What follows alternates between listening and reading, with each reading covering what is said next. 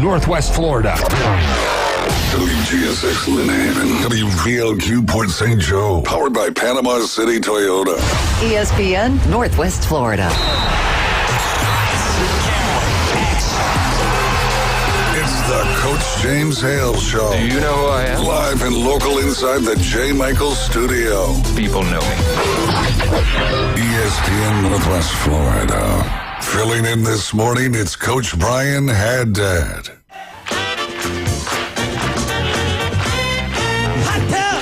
That's right, Glenn. I've hit the big time.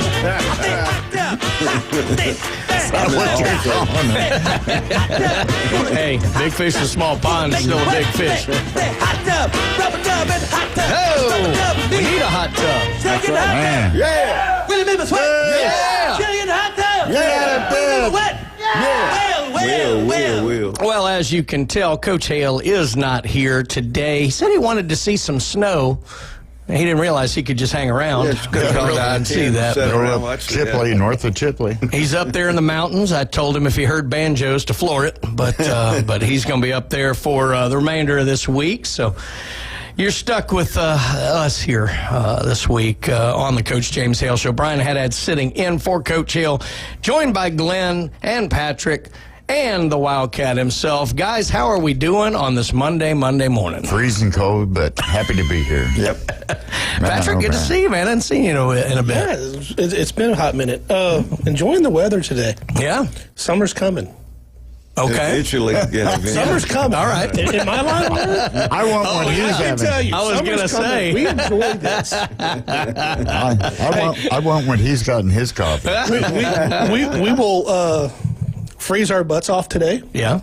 Working, but it's better than sweating your butts off. I do get that. I do get that. That You can is always put definitely on the case. something to warm up. Yeah. But when you're out there working, it's hard to take something off to cool off, at least legally. That's correct. You don't That's scare correct. the other people out there. Well, a lot going on today, obviously, not the least of which national championship game tonight. Of course, you can listen to that right here. ESPN Northwest Florida coverage will start at 6 p.m. right after the Sports Blitz with Paul Wilson.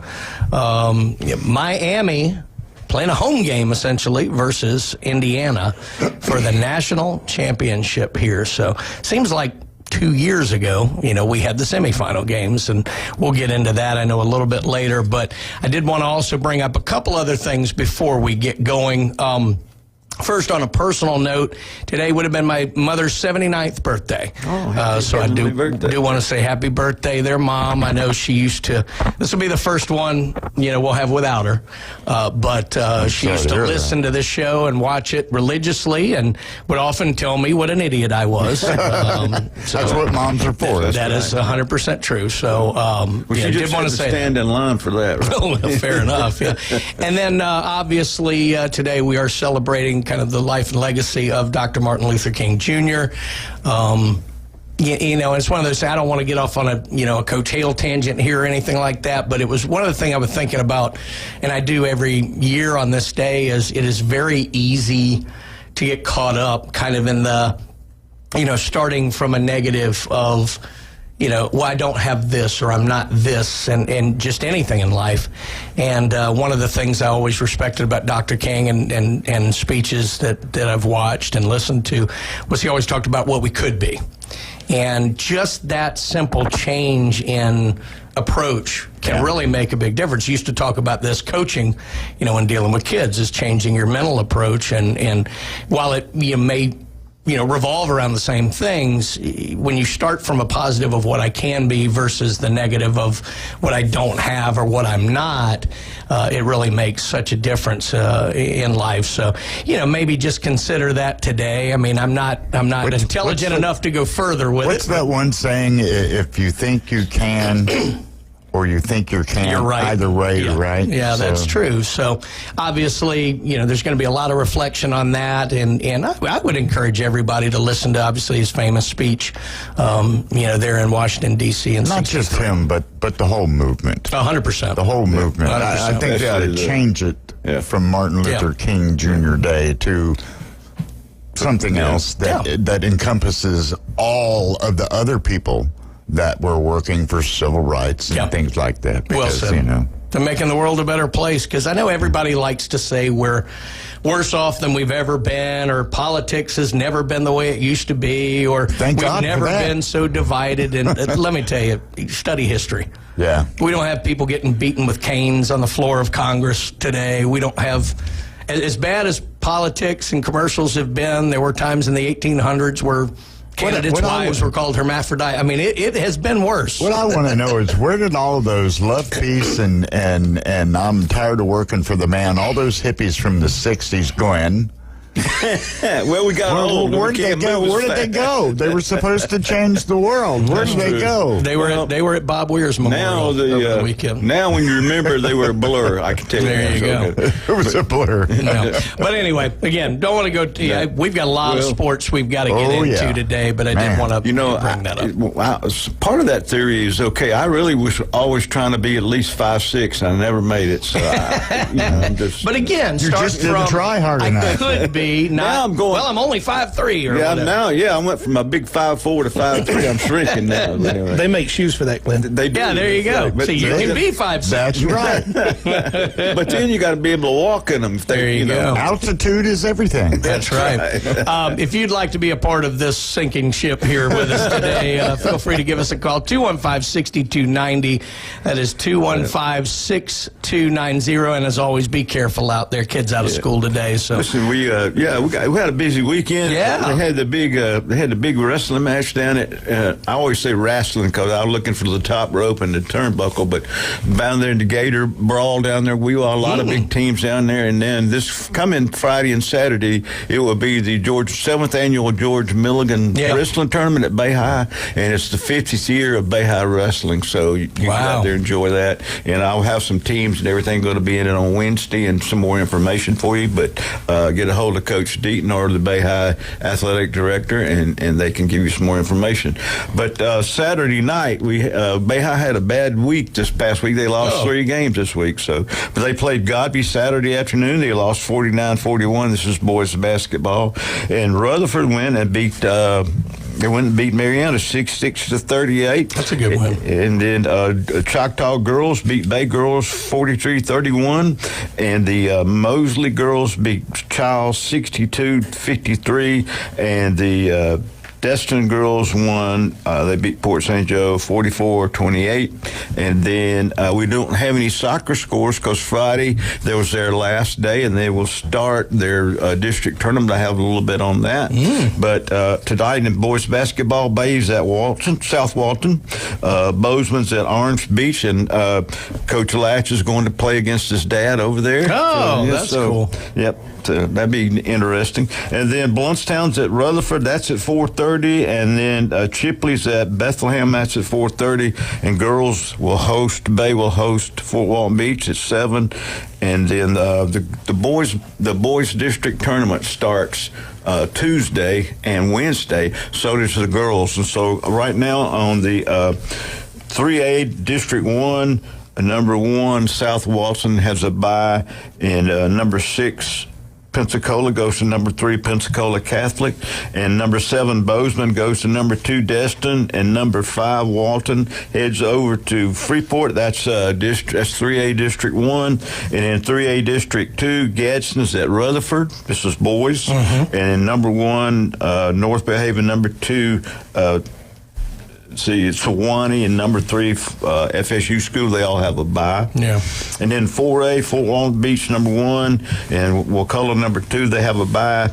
And number 6, Godby comes to Bay High. That's going to be on Wednesday at 6 o'clock. And then number 5, Rickards, will go to West Florida. That's a long ride from Rickards to West Florida at 5:30. And then number 5A in District 2 will be number 1 Arnold. This will be on Tuesday. They have a bye. So does Chiles, and so does Lincoln. And then we'll have number 5 Mosley will travel to Leon, and then number 1 Gulf Breeze will be at number 2 Choctaw. That's at That's it. Wow. That's 5A District 1. And then if we have time, I can run through the girls real quick. Well, real quick, let me go to the phone lines here because I think we might get, since we're talking about high school scores, let's find out what happened in the Father Ryan versus BGA game. There you go. Let's talk to Mike. Mike, what's up, buddy?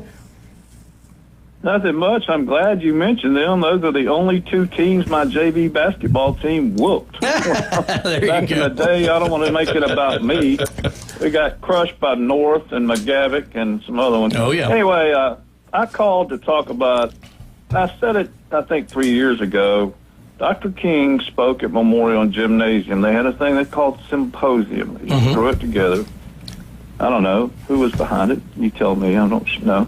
But, this is when Stokely, Carmichael, and Rap Brown were saying, burn, baby, burn. And Dr. King said, learn, baby, learn, so you can earn, baby, earn. Yeah. And he said a lot of great things. And one of the cool things was when he was, I don't know if I've ever told this story, he was arrested in Albany, Georgia, and Chief Pritchett treated him a little bit different than Bull Connor.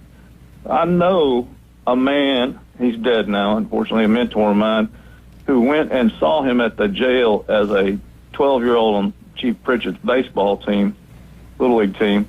And Dr. King had on a silk smoking jacket, and Chief Pritchett had him a desk in there where he could write and do his business. But, I mean, we can all get along. There's a joke about that. I mean, Rodney King's dead, unfortunately. But, you know, but it's a day for solemn observance, and I like what you said about positivity. And I'm trying to be positive about college football, although I fell out of love with it when the Ole Miss defensive back, after having been beaten, reached up and grabbed the face mask of the receiver from Miami. That just crushed my soul. But I tell you, I'm not soul crushed because Kentucky beat Tennessee the other day. I think the better team won. I think Coach Barnes got out-coached. Yeah. Now, I'll say this to my Gator friends down there, and I don't know if anybody paid attention to that game. Vanderbilt got ripped off. I don't know if y'all... I just saw the result. I didn't get to watch the game. I saw part of the game, yeah. Well, it was a great game, and a guy I went to church with yesterday was at it, and I listened to it on the radio. But what happened was they got this call where it's for the player safety. You can't hook and hold because they say that's when guys get their shoulders pulled out of socket and whatever. But that got called on Vandy, and then it obviously happened to Vandy, and the guy hooked, I can't remember which Florida player it was, hooked and then elbowed in the back of the head in Vandy's guard. And they went and looked at it, and the SEC officials couldn't figure it out. I mean, this is what's getting me about SEC officials, and we need officials. We need them to be good. They can't see things on replay that they should see with their own eyes, and that is the truth. And I don't want to drop names. Said, Brian, you know a lady that works at Vanderbilt whose brother's a great referee, doesn't work in the SEC, but you know what I'm talking about. Yeah, I do. Yeah, well, actually, his son is a big Tennessee fan, but, I don't mean to make it about me, but it's just it should be a great evening. I will pay attention to the game tonight. I am pulling for Indiana, and it's kind of weird. I mean, it's interesting. It's not weird. It's just the coincidences and the ironies that Eddie Mendoza, Fernando, he went to the same high school as the Miami coach, and then of course Corso coached at Indiana, and he's from Miami. It's just it's got a lot of human interest stories to it, and I hope there'll be good football. I hope there will be few penalties, and may the best team win. I agree. Said very well. I will say this, though. It seems to me that Miami wins most of their championships in their own county. Yeah. I mean, it's just, but they have lost down there, too. I mean, Warren Sapp, his team got beat by Nebraska, and but it can happen. But I don't know. That's kind of tough to overcome. They're going to be in their own locker room. There's some people saying, oh, they're going to be in the visitor. No, they'll come out and go to the visitor sideline, but they're in their own locker room, and they will be wearing white. That's the Hurricanes. There you go. But anyway, really enjoyed y'all doing. I hope Coach Hale sees some snow. He could have gone to Attapulgos and gone skiing, I think. Right, yeah. I don't know where that is. He would be falling, not skiing. That's fair enough. Exactly. Well, anyway, have a great one. And I wanted to say one other thing. The next big OSU is Oklahoma State. That's what I wanted to talk about last week. They've hired Jason Witten. Now, get this. This is the next big thing. His brother coaches at Elizabethton, and his brother coaches the Milligan women's flag football team. And Jason had been helping them out. And I guess he's just not good enough for Tennessee anymore. But he's a big hero over there north of Dallas. And look out for OSU. 63 new people in the portal, a new coach, and they've released the money. Yep. Y'all have a good one. All right, buddy. Hey, Mike. Yep. Glenn, I definitely want to get into the girl. We'll do that on the other side of the break. We got to get to it and pay the bills here. But did want to talk about J. Michael's Restaurant. Make sure you get out there. Best seafood, coldest beer. I might have to get them to warm it up a little bit today, but you will absolutely love it there at J. Michael's. Tell them you heard about them right here on the Coach James Hale Show. And Wildcat, Valentine's Day is less than a month away. We want to make sure we stay out of the doghouse. What are we going to do? All you got to do is go to David Adamson Jewelers, 830 Highway 77 in Lynn Haven. Let me tell you what they'll do. They'll inspect your jewelry. Good idea. My wife just lost a $1,000 diamond out of her wedding band setup, which I didn't pay $1,000 for that diamond, but now it's worth $1,000 to replace. So it's a good idea to take your jewelry in there, have it inspected, have it cleaned. It could save you a lot of money down the road, and they'll do that for free at David Adamson Designer Jewelry, 830 Highway 77 in Lynn Haven. When we come back, we're going to finish up with a local, and then we're going to talk about, we may not have an SEC Big Ten battle tonight on the field, but we've got one related to the playoff that we're going to talk about a little bit more. You're listening to the Coach James Hale Show, ESPN Northwest Florida.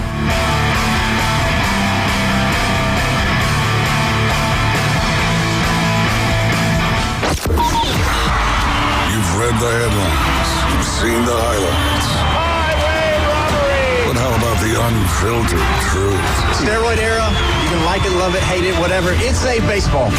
Since 2017, 104.3 ESPN Northwest Florida has been the undisputed leader for sports coverage on the Panhandle.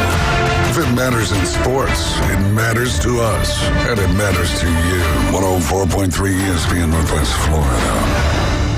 Good morning. This is Joanna with your weather forecast from ESPN Northwest Florida on this Monday. Sunny this afternoon and evening with a wind around 8 miles per hour out of the north and a high of 53. Tonight, look for a brisk wind and clear skies with a temperature near 37. Tomorrow, a high around 55 and some sun. Wednesday, quite warm with a high of 60 and mostly clouds. This weather forecast is sponsored by Mid-South Lumber, the best little lumber yard in Panama City. Thank you for listening to ESPN Northwest Florida. Rely on it. Los Rancheros has been doing it right for 20 years. Los Rancheros brings a top-shelf dining experience to you with the opening of their beautiful new building. Watch all college and pro games on Los Rancheros 14 large-screen TVs with great drink specials daily from 2 to 5 and during all the games. Los Rancheros, the place for live sports and great food on 23rd Street between Jenks and Harrison. With over 4 decades in business, Instant Replay Sports Cards is happy to take your collection to the next level. All new hobby boxes, signed memorabilia and supplies, new and vintage cards and Pokemon. Buy, sell, and trade. They're an authorized source for Topps, Panini, Upper Deck, and Leaf cards. Instant Replay Sports Cards inside the Stanford Station on 23rd Street next to Academy Sports. Come see the bigger store and the larger inventory or visit online, InstantReplaySportsCards.com. He's a beacon of light to many and an inspiration to all. These men need inspiration. Now back to the Coach James Hale Show inside the J. Michaels studio. They're motivated by Vicodin and road skank. ESPN Northwest Florida. And welcome Welcome back into the Coach James Hale Show on this frigid Monday, MLK Day here in Bay County.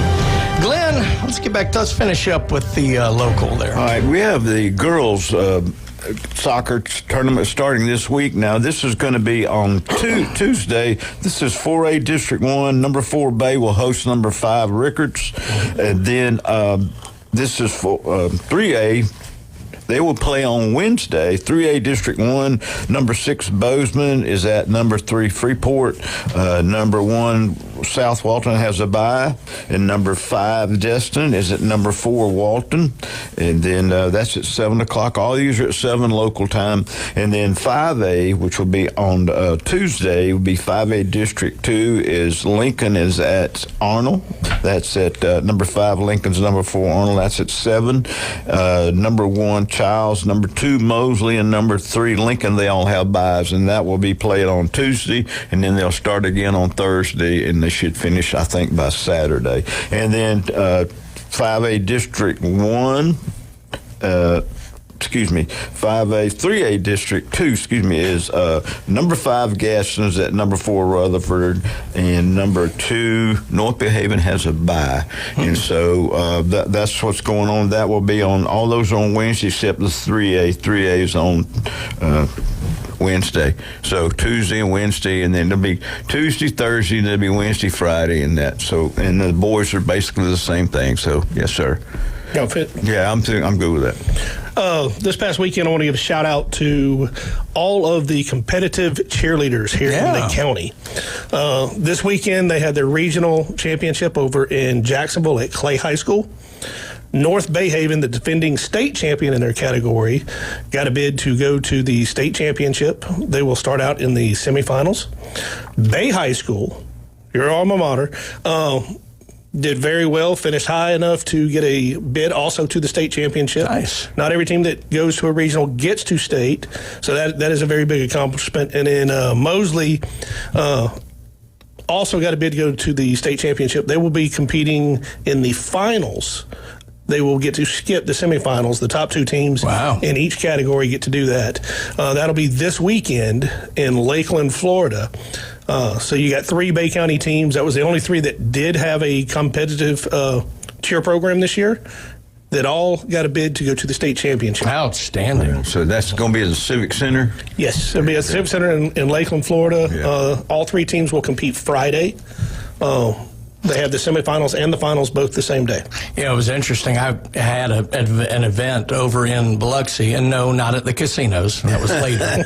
But at the Gulf Coast Coliseum, and at the same time, there was a Jason Aldean concert about to start, so I had to race to get out of there before that. And they also had a youth cheerleading event going, and I mean, I think this was younger because this looked more middle school or something, but I saw Navarre there. Yeah, that was a UCA event. Okay, yeah, and there were a lot of cheerleaders there, but it was certainly busy over there. So, but with my daughter being a cheerleading, I've learned a whole lot the last 3.5 years about it. The UCA is different than the state. Okay. That is a national organization. Right. One of the things I found out last year when we were in Disney for that national championship, I was talking to some of the people that kind of put it on.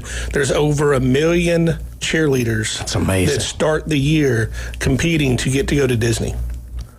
And then when you get there, I mean, I don't know what finals I was watching on television. That's ESPN. Been some time ago, and those are incredible athletes. Some of the things that they are able to do, hold up a person with one hand and the flips and I mean that is, and the timing. Well, the precision. I mean, my gosh. The NCAA competitive cheerleading is not an official sport. But they have developed a sport that goes along with sideline cheer and the competitive. It's called stunt. I found out about this weekend. It is more of a head-to-head competition, like we'd watch a basketball game or a volleyball game or something like that. And this is kind of funny, but I had to get my daughter to explain to me some of the names of the stunts that they're doing. She's watching. She goes, "Oh, that's the dragon. Oh, that's this. Oh, that." And I'm watching it going, Okay, and she's telling me the different little small things that you can't see. It's like, oh, that's the Wildcat, and that's a nickel. Yeah. That's a nickel defense. And as you well know, there's nothing kids enjoy more than knowing something their parents don't know. Oh, yeah. Now, the interesting thing is I was watching it because I was actually watching one of the competitions between two teams. It was Kentucky and another school. There's 4 periods. Each period, one of the teams gets to challenge the other team to do stunts. And then they can either decline or accept. If they accept, they both do it at the same time on the mat. Wow. So you're watching both teams do the same thing, and they're judged with how well they do it, the timing of it. Think kind of like synchronized swimming. One person just Or like slightly off gymnastics in the Olympics. Yeah. They judge them on how they land and how they stand. And But when you got both of them at the same time, it's interesting because you see it. If the team doesn't accept it, then the team that challenged has to do the routine and has to score what's called a standard score. If they don't do that, then there's no point given. And at the end of the 4 periods, it eliminate the winners pick and all that. And they're going to have a national championship starting in 27. But what that means for all the cheerleaders that are out there is there's going to be full ride scholarships. That's awesome. Massive. But what's interesting about that stunt thing, there's like 20 girls on a team. Wow. They have numbers. And it's not that the whole team goes out there. So you'll do a stunt and there may be 4, there may be 12, 15. The whole team may have to go out there and do one, and it's different things. And it's not just stunts. It's also... So the girls specialize in a stunt? Correct. So that they can be like, If you were looking at it like a baseball, you have the relief pitcher. Yeah. That's all he does. So you have one girl that may just be the tumbling girl that can do all of the gymnastic things, another one that can do acrobatics with the flips as they throw them. And so it was kind of interesting. In the dragon. Yeah. Correct. But it was cool because that became an official sport last week. That's excellent. Which means they get with Title IX, they get scholarships. Yeah. Which has been a big problem because not all schools give scholarships to cheerleaders or competitive cheer. Right. But now they will, and it's going to become a growing sport, similar to like what we have here going on with the bass fishing. Yeah. I don't know if you're familiar with that. Yeah. Mosley's got a huge program. They had 70 kids, I think it was, this year on the bass fishing team here local. They also can go to a national championship through the Bass Federation that they compete on and go all over the state. And colleges as FSU here in Panama City will have an official bass fishing team this next year. Doesn't Auburn have one? Auburn's had one for quite a few years. I thought so. But how cool would it have been when we were kids? Oh, hey, you can go to college on a full ride scholarship fishing. Been a D1 athlete. Hey, I told my son when we first heard about it, and this is kind of a joke because all kids want to play football or something. I was like, you don't got to do all that. Just go get you a bass fishing scholarship. You'll be the coolest guy on campus. And he was like, why? And I said, well, all the players like to fish. Yep. All the coaches like to fish. Yep. And if you're on the bass fishing team and you're good, you're going to be standing on the sidelines at every football game, court ride seat at all the games. I said, you get to go wherever you want if you're not fishing. That's outstanding. Yep. I love hearing that about the cheerleaders, too. We used to take, when I coached the swim team here, we would take a New Year's trip down to Orlando.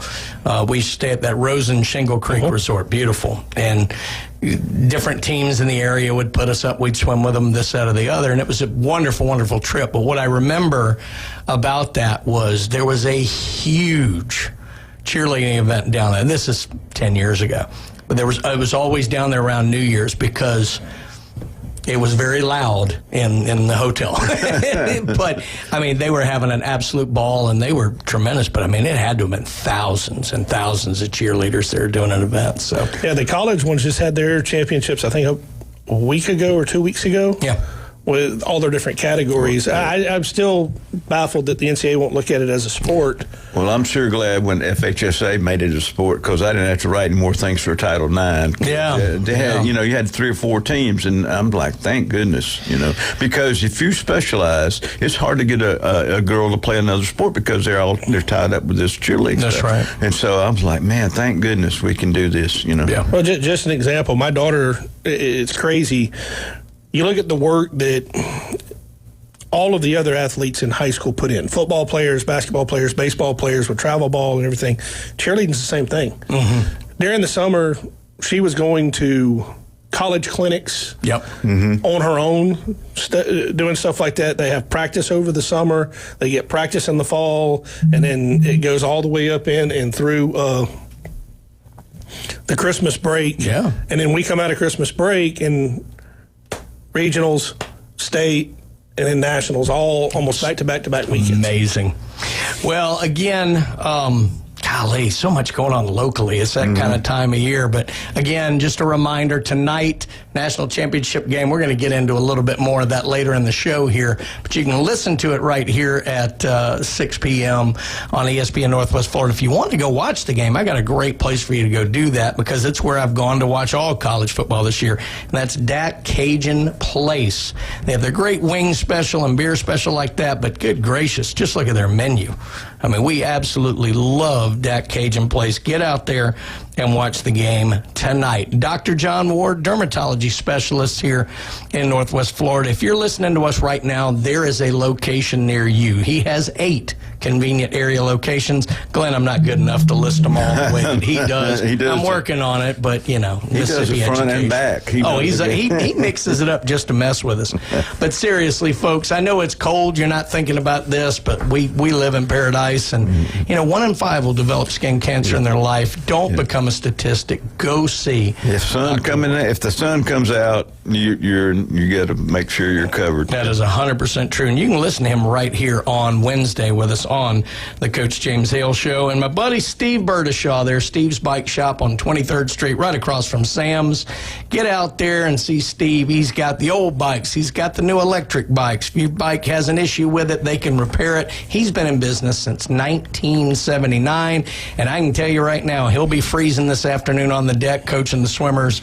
It's not. The pool's warm. That deck isn't. That's right. So Steve will be out there in his Parker, but Steve's done a wonderful job, not just with coaching the local swimmers here out at Mosley, but also with Steve's Bike Shop. Get out and see them today. We get back. Let's talk about playoff expansion.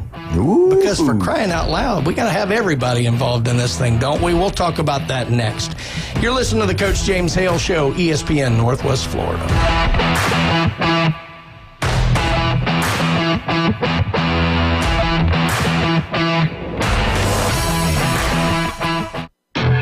ESPN Northwest Florida presents the College Football National Championship. The Indiana Hoosiers versus your Miami Hurricanes. Listen live in ultra-high fidelity. 6, rolling. Coverage coming up tonight at 6. Kickoff at 6:30. Right here on your home for college football on the Gulf Coast. 75 yards. Wow. ESPN Northwest Florida. With over 4 decades in business, Instant Replay Sports Cards is happy to take your collection to the next level. All new hobby boxes, signed memorabilia and supplies, new and vintage cards, and Pokemon. Buy, sell, and trade. They're an authorized source for Topps, Panini, Upper Deck, and Leaf cards. Instant Replay Sports Cards inside the Stanford Station on 23rd Street next to Academy Sports. Come see the bigger store and the larger inventory, or visit online, instantReplaySportsCards.com. Discover your next adventure at Bill Bird Kia, where the road is yours. Start the new year in a brand new Kia from Bill Bird Kia. And don't miss this limited time offer on the purchase of a stunning new 2025 Kia K4 with sporty style, spirited performance, and 2.9% APR for up to 48 months. Thinking about the iconic Kia Soul? The 2025 model delivers its unmistakable silhouette and massive cargo space. It's the last of its kind. Purchase a new 2025 Kia Soul and get 3.9% APR for up to 60 months. But hurry before it's all gone. You get the perfect balance of comfort, safety, and technology. Bill Bird Kia, the home of the 20-year, 200,000-mile warranty. Stop by and see us today at 2435 East 15th Street or anytime at BillBirdKiaPanamaCity.com. Offer from Kia Finance America for the purchase of a new 2025 Kia K4 with $2,209 per month per 1,000 financed in 48 months, or a new 2025 Kia Soul with $1,837 per month per 1,000 financed in 60 months. Quantities are limited. Cannot be combined with other finance offers. New vehicles only. Not available on balloon finance. With 20-year, 200,000-mile warranty is a Bill Bird Kia warranty. See dealer broker we contain. Offer for well-qualified buyers must take delivered from dealer stock through 2226. I'd like to introduce. Now back to the Coach James Hale Show. Milk was a bad choice. If I could just have your attention. 60% of the time, it works. Every time. If anyone wants to switch jobs, let me know. Live from the J. Michael Studio. I have many leather-bound books. 104.3 ESPN Northwest Florida. Whoa, a little heavy metal this morning. Good gracious. I better turn my headsets down. You're listening to the Coach James Hale Show. Coach Hale is up in the mountains doing a little skiing. Well, a lot of falling probably, but everybody's skiing, he's tumbling. But anyway, Coach Hale will be back next week with us here, so you'll have the substitute. We think he'll be back. Exactly. I'm curious. I hate that he's not here because I was going to ask this to him. Yeah. So, I know Julie, we got to congratulate her. Yes, she I'm got glad her you Hall of brought Fame, that up. Yes. Induction. But did she fire him? No.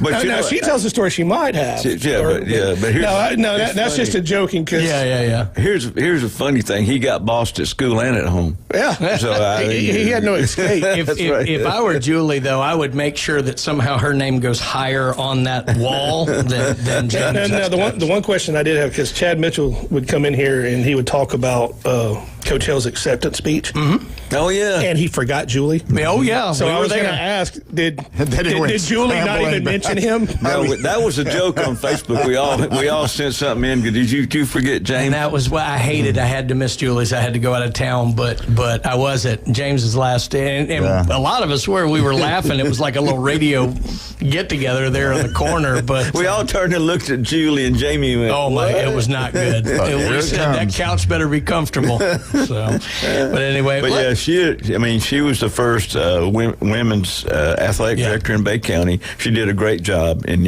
she definitely had to keep him in line with paperwork. But absolutely. Was she the first AD there at Arnold? Yeah, she was the very first. Yeah, so she started the program. I bet those two meet. They came in when James came in. They had a trailer out there to do all the stuff, and then Janice Solaris, who's back now as the interim principal, started it. So I heard the way that they met was James said, "Have you ever noticed what chloroform smells like?"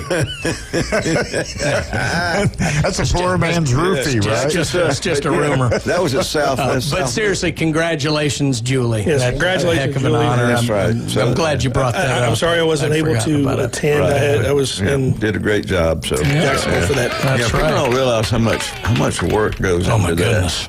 I mean, from the time you get there to the time you leave, putting out fires. That's what I was going to say. That's what the job description is now, fireman. That's right. That's what it says. But, yeah. Well, let's get into it since we do have the national championship tonight. Now, we're going to talk about the game specifically a lot more later in the show, so make sure you look forward to that. But that's not the only talk going on around the college football playoffs. So they have imposed a Friday deadline on potential changes for next year within the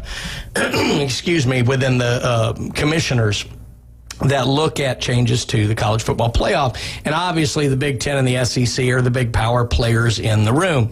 And they've been at a bit of an impasse here over potential playoff expansion. Now, it seems to be that everyone is in general agreement that they'd like to get to a 16-team playoff. The matter in which they do that or where they go from there is the point of contention, whereas the Big Ten will agree to that if there is a path forward to 24 within a certain amount of years, whereas the SEC seems a lot more content with it being 16 and 16 only.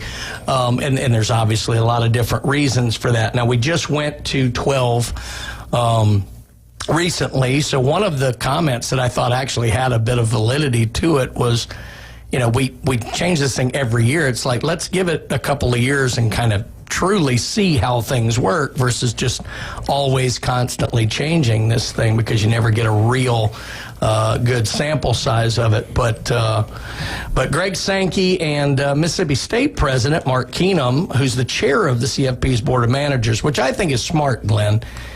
As a Mississippi State grad, I think you get our president in there because we're never going to have the bias of being in the playoff. But anyway, I would love for us to.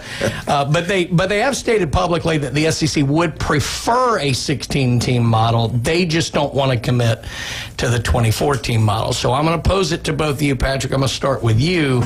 Thoughts on not just maybe expanding to a 16-team model, but what are your thoughts about going further, maybe to a 24, or God knows we may end up 68 one day? I don't like the 24 team. Okay. At all. And part of that has to do with the number of games that they're going to play already during the season. If you go to 24, just go ahead and throw out your championship games of the conferences. There needs to be some type of automatic entry for every your big 5 or 6 leagues. Okay. All of your conference champions. If you're going to go to 16, 18, 24, if you go to 24, all your conference champions have to be in it. Mm-hmm. That should be, and that may stop what the SEC and Big Ten would want to go for the 24. I'm not opposed to keeping it at the 12 the way it is. I think that there's a couple modifications.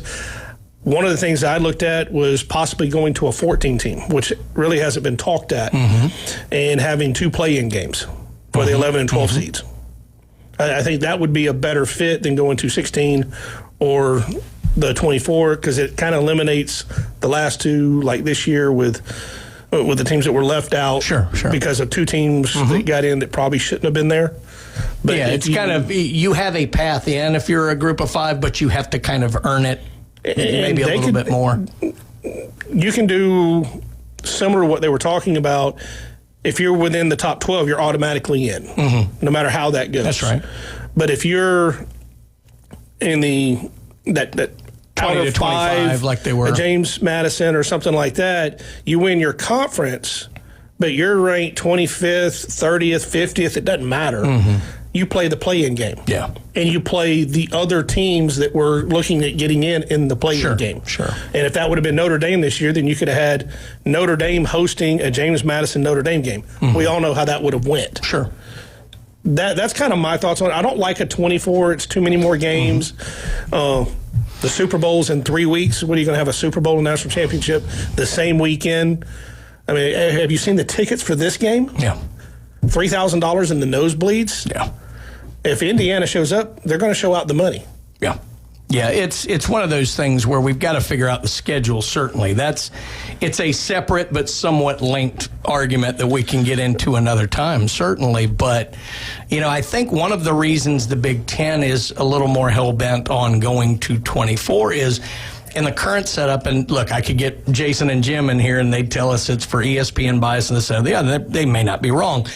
In the current setup, 12 teams. The SEC just got 5. The Big Ten got, 3? And then everybody else was essentially 1. If you go to 16, the SEC is still going to get their 5 or 6. The Big Ten may add 1, but more than likely what you would have had was Notre Dame, another SEC school, maybe another Big Ten school. I mean, Michigan was a little bit on the outside looking in there, but maybe another ACC or something like that. With 24, I think the Big Ten sees a path where the SEC is probably going to get 6 or 7, but some of those schools in that 18, 19, 20, 21 range are the Big Ten 4, Big Ten 5, and they see getting more of their conference. So I've got a statement that nobody is thinking about, but it's coming. There will be a union with the collegiate athletes. It's going to have to be.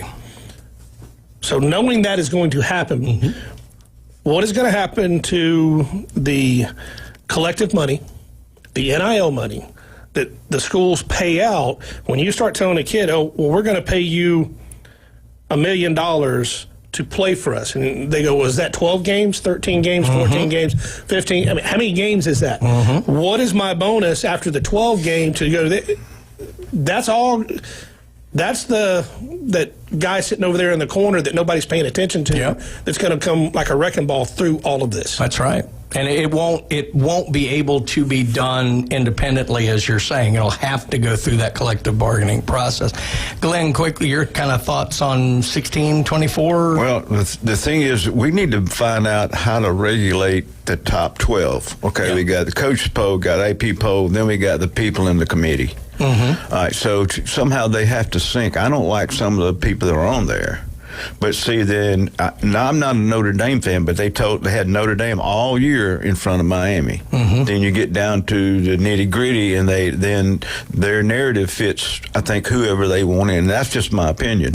So, and then the length of the games. How many games are going to make these kids play? And we keep talking about safety. Well, we cut the time where, they They don't call a timeout if you're out of bounds unless the last two. Yeah. All right, but then what that does is that just gives them more room for commercials. Yeah, sure. So, but I'm thinking about safety. How many more games can we put on top of them? Because it's not like basketball. Now, basketball's tough, sure, but when you run into each other on purpose, how many times can you take a beating like that? That's why they're a week apart. Yeah. So I don't know. I don't know if 16 to answer. I don't know if 24 is the answer. But we got to get it regulated so that everybody's on the same page on how we rank those people. Yeah, I'm going to do a quick hitter here on this. I would not go past 12 yet. What I would like to see. I agree with that. Yeah, I would like to do three things very quickly. I would not release any playoff rankings until the one that matters, just like the NCAA selection show, because that'll prevent them from digging their own grave like they did this year. Number two, I would tighten the schedule, because the further you get into the NFL playoffs, the more lost the games get. And then most importantly for me, I would have those secondary games. Right now, the 5, 6, 7, and 8 host on campus. I would also do that with 1, 2, 3, and 4 the following week. I would let them host on campus. The first time you go neutral bowls, to me, would be the semifinals. I know there's money to be figured out there, that's kind of what I would do. The only change I would have, if they were going to make any change at all, 2 play-in games. Yeah, and I actually like that. I had not considered that option. I think you could do that as well. The week after the championship games, and yeah. Well, let's talk about some more of our great sponsors here on the Coach James Hale Show. TK Vandy Roofing. We talked about that earlier. Roofing and contracting there. Kyle Vandegrift, boy, he does a wonderful, wonderful job. You can listen to him right here on Fridays on the show. If you've got any kind of issues with your roof or any general contract needs to be done, call the fine folks and Kyle over there at TK Vandy. Max Fit Sports Nutrition, Jason Kovaleski, he'll be in here tomorrow. You can hear his thoughts on the game tonight as we go forward. But if you want to look better, feel better, you want to get bigger, stronger, faster, you need to go out and see Jason at Max Fit Sports Nutrition. Glenn, you can try it before you buy it. That's correct. And he's got two great locations there. I'll tell you one thing about them. They won't just sell you something off the rack. That's right. They're very knowledgeable about what you should have, and all you have to do is explain what you want to do, and then they can give you some things. And again, I do the joint boost, I do the vitamins and things like that. So they'll take care of you. So especially if you get to be my age. Absolutely. Max Fit Sports Nutrition there, Pier Park North and 23rd Street in the Del Coronado Village. And then Patrick, you're here. I want to hear about Turf Pro Pest Control. Turf Pro Pest Control, you can find us at Turf Pro PC on Facebook. We also have a local number at 850-890-5820. We do indoor pest control, commercial pest control, keeping bugs out of your place or eliminating them from them. And then we also do turf. I know it's cold, but spring's coming. Yes, right now is the time to get out your pre-emergence and get ready for that spring growth in the summertime. Have your yard be the talk of the neighborhood for all the right reasons. And keep all the bugs out of your house. There you go. Not the federal bug. When we get back, we're going to find out how many quarterbacks FSU will have next year. You're listening to the Coach James Hale Show.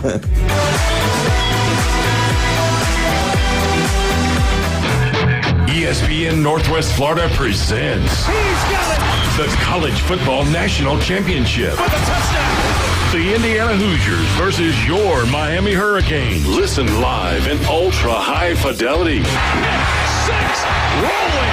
Coverage coming up tonight at 6. Kickoff at 6:30. Right here on your home for college football on the Gulf Coast. 75 yards! Wow! ESPN Northwest Florida. Good morning. This is Joanna with your weather forecast from ESPN Northwest Florida on this Monday. Sunny this afternoon and evening with a wind around 8 miles per hour out of the north and a high of 53. Tonight, look for a brisk wind and clear skies with a temperature near 37. Tomorrow, a high around 55 and some sun. Wednesday, quite warm with a high of 60 and mostly clouds. This weather forecast is sponsored by Mid-South Lumber, the best little lumber yard in Panama City. Thank you for listening to ESPN Northwest Florida. Rely on it. This is Patrick with Turf Pro Pest Control. Summer is finally here. Now is the time to enjoy your lawn with cookouts, pool parties, or just catching some of that summer sun. Don't let fire ants ruin your day. Call Turf Pro Pest Control. Turf Pro will come out to your property and eliminate fire ants quickly. We guarantee it. Call Turf Pro. The blue and yellow trucks make your lawn green. Find us on Facebook at Turf Pro PC. We're proud to bring you the most popular cars in the world, like the stylish Camry and the sporty Corolla. Get award-winning style and 2.99% APR on a new Camry. Named the best new model by Kelley Blue Book. Plus, you get 90 days until you make your first payment. Curb appeal comes standard on the new Corolla. Designed to wow from the inside out. Get 2.99% APR plus 90 days until your first payment. Panama City Toyota, your Camry and Corolla headquarters. Offer ends February 2nd. Visit PanamaCityToyota.com for details. He doesn't try on clothes at the department stores. He just rips stuff off the hanger and lives with the consequences for years. It's classy, it's intriguing. He's sexy, sassy, and full of spunk. Now back to the Coach James Hale Show inside the J. Michaels Studio. ESPN Northwest Florida. Here we go, Glenn. 2, 3, Florida State, Florida State, Florida State. Woo! FSU update brought to you by Newbies and all the great Newbies properties there. You want to see a good chalk outline of Glenn Manley? Make sure you go out to Newbies tonight. You got the mothership. Bob is on the floor. Goodness. It's just which one of the four, so you have to find out. But you got the mothership there with the best bands in the Southeast. Newbies 2 on the Curve, great place to go watch a game. Glenn and I used to love getting out to the brew and booze. Yep. I always start with booze, but you know, I heard they were erecting a statue with all these old empty beer cans. Well, you know, most statues are up. Mine's across. That's right. And then, of course, Glenn complained. He said, look, that stumble across the bridge is tough. And so they got him one there in St. Andrews to make it easier. So. But seriously, John and Charlotte, we all know, I mean, we live down there, but absolutely the best time you will ever have is at a Newbies property, and we thank them for their sponsorship of the FSU update. Glenn, you and I were talking before the show, and you got a little bone to pick with maybe some things going on. You know, I'm always shocking with Florida State right now that someone would have a bone to pick. Well, you know, never have coached a sport before, so. But you know, I'm. You know, when Jordan Travis was there. Yep. We played him against a team we shouldn't have played him against, which, you know, you wanted the quarterback to start. But, you know, I would have told him, you know, don't do anything dangerous. But he didn't. You know, he did. Let him run. That guy did tackle him. So we lost that. But then we get Castellanos, and he's playing against Kennesaw State, and he gets tackled and hurts his ankle, so it slows him down. Oh, well, we have a young man come in and fill in. So, and they all talked about, I don't know if his coach speak or not. We talked about Kevin Sperry, how good he is, and he can run the show. And then in the Stanford game, he did move him up and down the field. So now we're going in, and we're going to get quarterback after quarterback after quarterback after quarterback.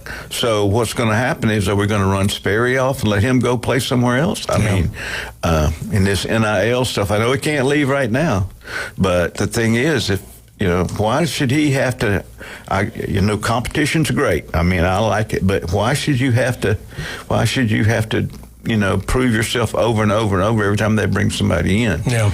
I know how many times does a kicker have to prove himself when you start? You're a starting kicker, they bring somebody in, they back you up until your eligibility runs out, or you're hurt, or you prove you can't do it. Yeah. So, and then that's another thing. Why did the punter and the kicker leave? Is it more money? I can't believe that. Well, I told you why the punter left. His leg was tired. Well, yeah, the punter probably, he led it in the first game in the first quarter. But, you know, I just, some of the things they pick up just astound me on what they want to do.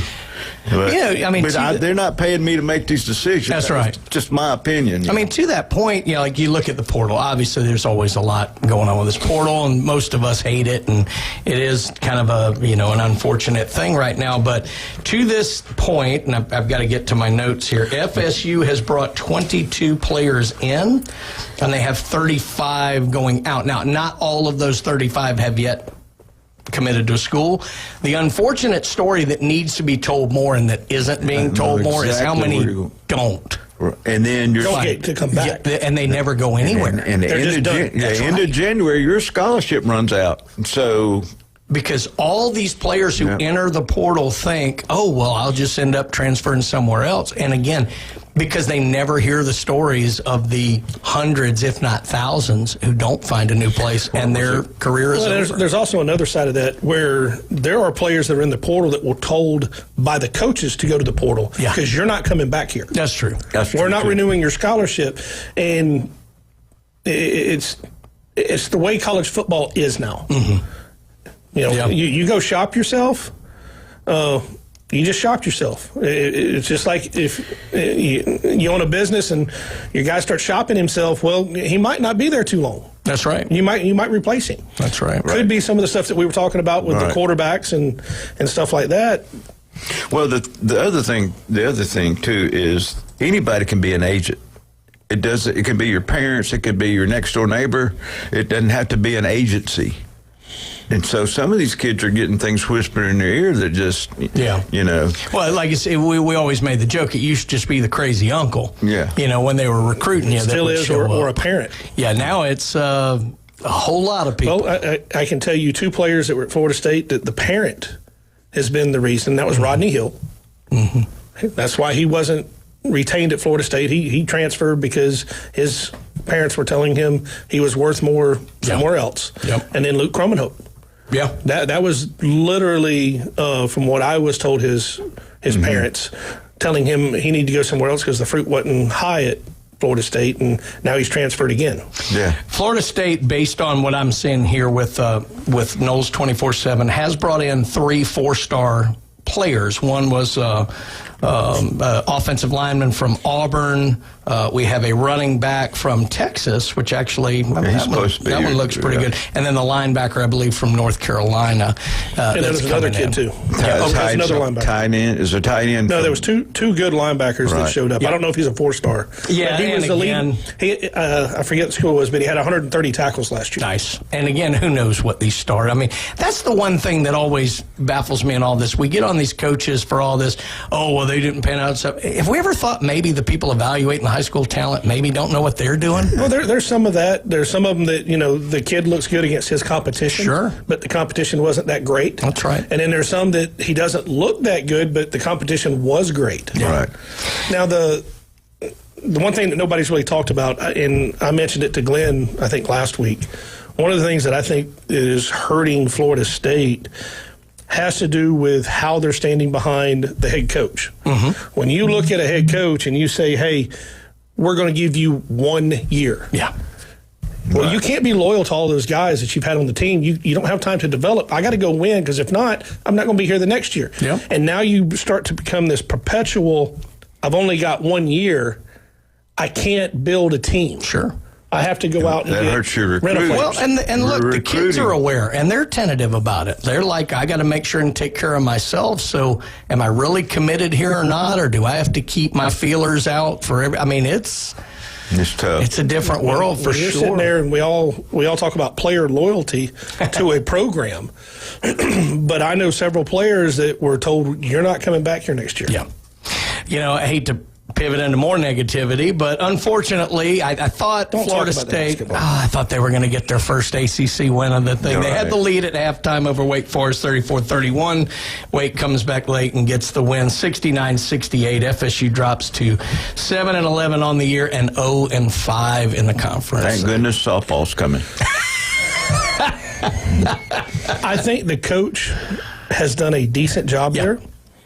I wish, from a personal standpoint, he would literally do what he said he was going to do after one of the games. One of the games they played, they got blown out by like 40 points, and he said, if I see that effort again, they will not play. I will play the towel rack boy and all of that. And then it happened again another time in the year. I just don't know that the players have the full buy-in or that discipline that some of these coaches have to instill. It's that thought when you come in as the new coach. It's that, have I cleaned everything out right? And then sometimes you find, no, there's a few areas that I've got to do. And then that second year, you kind of get it, and you hope that's going to be the we got to give him a little more chance to get some of the people in that he wanted also. But now a lot of them left anyway when Hamilton retired. Yeah. But the other line I'm constantly reminded of is the old John McKay line after the Tampa Bay Buccaneers lost yet another game. They said, Coach, how do you feel about your team's execution? He said, I'm in favor of it. Yeah, that's right. Okay. But anyway, but again, thanks to Newbies for their sponsorship of the FSU update. Obviously, we are optimistic, cautiously optimistic about the football season. Yep. Their and tennis teams are doing well. And there you go. It's like, golf. Yeah. Golf. And Golf is Mississippi doing State, well, too. in Mississippi State, we used to just, start the, Yeah. Hey, Mississippi wait till State baseball loves Florida season. State right now. Oh, they do? Well, we finally got people coming back instead of sending y'all people. Well, Mississippi State's getting all these football players from Florida State. That's right. That's right. Well, a couple of them lived in Mississippi, so. Well, that was the thing. I used to laugh with Glenn. We'd send coaches, we'd send players, everything down there, and now a few of them are finally coming back. Florida State did have a couple big newses last week. The Sear brothers decided to stay. Mm-hmm. That was a huge win for them. They signed the quarterback that was a JUCO National Player of the Year. They also earlier got Ashton Daniels, but then they also got another quarterback that is from the FBS, I think it is. Second level, yeah. That is supposed to be pretty good. So the quarterback room now has some competition. That's good. I mean, you get enough of them. They need offensive linemen. Maybe you get enough of them. One of them's got to pan out. But you're right. You got to protect them no matter who they are. If you don't have time to throw, that's you're not going to look good. It's hard to throw from your back. Yeah. Again, thank you to Newbies for sponsorship of the FSU Update. When we come back on the other side of the break, folks, it's Glenn's favorite segment, the Alabama War Eagle. Update. Okay. You're listening to Coach James Hale Show, ESPN Northwest Florida.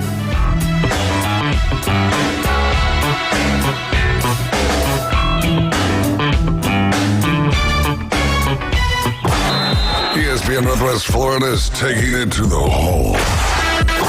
Your home for the most live college basketball on the Gulf Coast. The ACC, SEC, and the biggest games in the country. Plus the official station of March Madness. The Panhandle's destination for live play-by-play. Hear every slam dunk in ultra-high fidelity right here. ESPN Northwest Florida. Good morning. This is Joanna with your weather forecast from ESPN Northwest Florida on this Monday. Sunny this afternoon and evening with a wind around 8 miles per hour out of the north and a high of 53. Tonight, look for a brisk wind and clear skies with a temperature near 37. Tomorrow, a high around 55 and some sun. Wednesday, quite warm with a high of 60 and mostly clouds. This weather forecast is sponsored by Mid-South Lumber, the best little lumber yard in Panama City. Thank you for listening to ESPN Northwest Florida. Rely on it. When it comes to backyard dreams, trust the name that's been making waves for over 65 years. Cox Pools.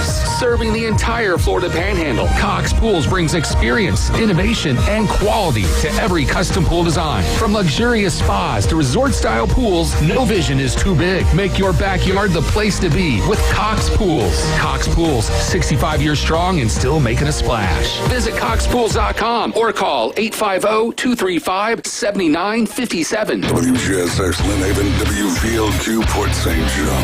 Powered by Panama City Toyota. ESPN Northwest Florida. You're one of the millions of Americans behind on your taxes. If you're afraid to open your mail because IRS collection letters could be coming, listen carefully. The IRS is cracking down, taking paychecks, freezing bank accounts, revoking passports. That's a fact. But here's what most people don't know. There are official tax relief programs designed to help struggling taxpayers. Programs that could save you thousands if you qualify. No one knows these programs better than the experts at Optima Tax Relief. Optima's award-winning team will fight to protect your paycheck, your passport, and your property. Their tax attorneys and licensed tax professionals will work tirelessly to get you the best deal possible with the IRS. Every day, penalties and interest keep piling up, so don't wait. Call Optima now for a free consultation. Call 800-783-8055. That's 800-783-8055. 800-783-8055. Optima Tax Relief. Some restrictions apply. For complete details, please visit OptimaTaxRelief.com. I don't always talk to Alabama fans, but when I do, I ask for large fries. Now back to the Coach James Hale Show on 104.3 ESPN Northwest Florida. Filling in this morning, it's Coach Brian Haddad.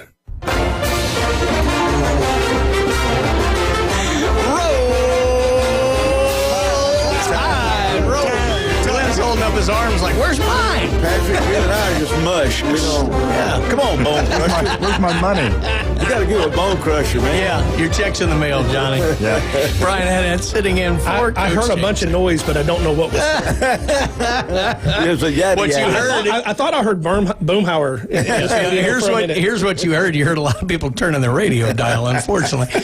Brian Haddad sitting in for Coach James Hale today on the Coach James Hale Show, joined by Glenn and Patrick and the Wildcat himself. And the Alabama Update is brought to you every day here on the show by Steverson Air Conditioning and Heating, because that's the appropriate word today. But look, if you're having any kind of issue, you'll know about it this morning.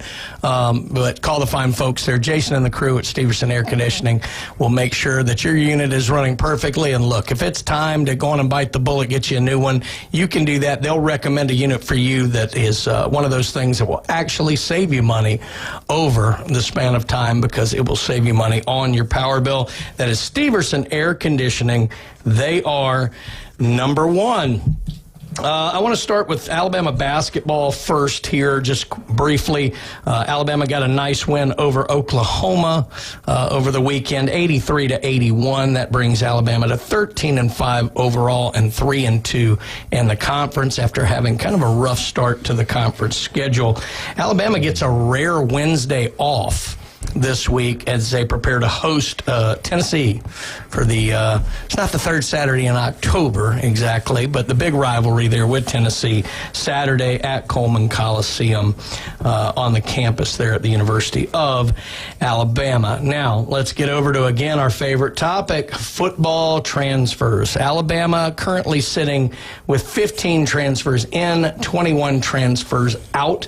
And what really struck me, both the in and the out part of the transfers here, is how much transferring is going on within the conference. Of course, that used to be a huge, kind of thing that wasn't really. You had to get permission. Yeah, and there would be the significant punishment of the year off and all like this, and it was a really big deal. Now it just happens all the time. But obviously, a lot of 4 stars and 3 stars moving around. There is one no-star kicker, Glenn, that they did have come in, which might be a good thing, because all these other star kickers Alabama's had, other than Will Riekert, couldn't hit the broadside of a barn.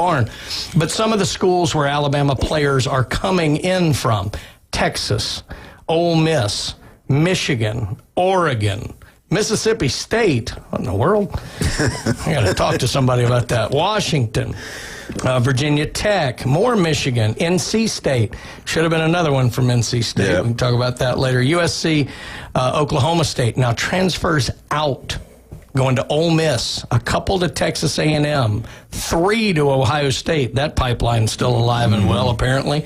South Carolina, Keon Keeley, who I hated losing. Really talented player. Maybe doesn't fit perfectly in Kane Womack's system, but a really versatile big guy with a lot of speed. He's going to Notre Dame. Big pickup for Marcus Freeman there. Wilkin Formby, who I don't think actually registered a block, gave up a lot of sacks this year. He's going to A&M. Have fun with that. How about this, Glenn? When's the last time you heard this? 2 Alabama players heading to Vanderbilt. Well, they're going to have to take an IQ test to get in there. I mean, Hey, that could have been the problem. Yeah. Yeah, maybe that's one year, too smart. Vanderbilt played really well. They had George Peabody College. They could go to Peabody and play at Vanderbilt. They really had a great team that year. 3 going to Georgia Tech, 1 going to Kentucky. So a lot of movement, obviously, there. The ones that really I hated to lose just because of the years that they had, I loved Keon Keeley. Again, I understand it if he didn't fit the system as well that Womack likes to play. But, and I can't, Isaiah Horton, I was going to say, I blanked on his name. The wide receiver really came on this year, going to Texas A&M. I understand it.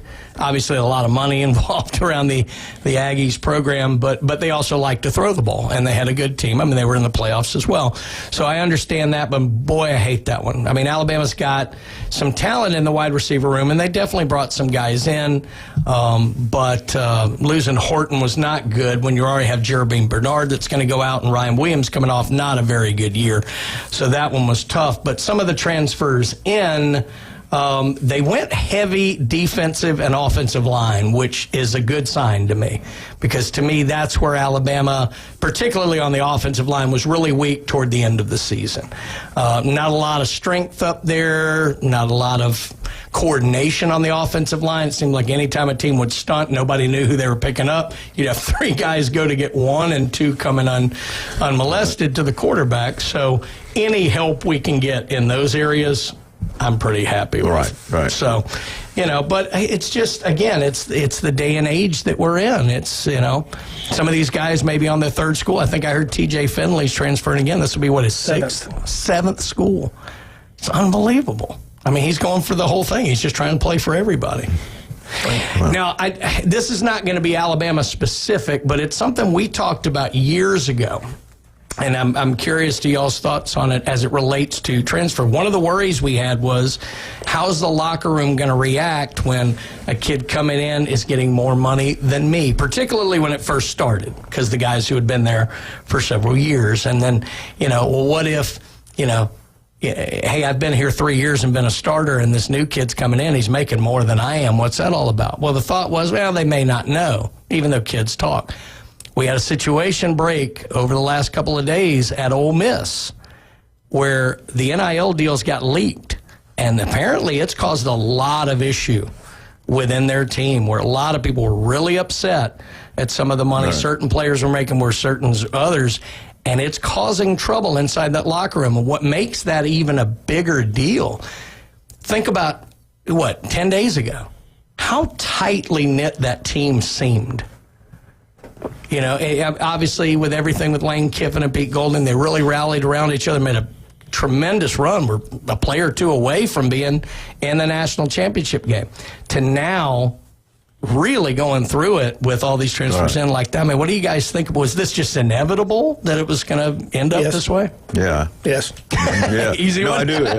Yeah, because I don't know why they didn't see this. Yeah. Because, and again, we went back to what you can only make certain things on 8 years of experience. Yeah. I think this in the salary cap like the NFL has for the team, I think that probably should come into play also.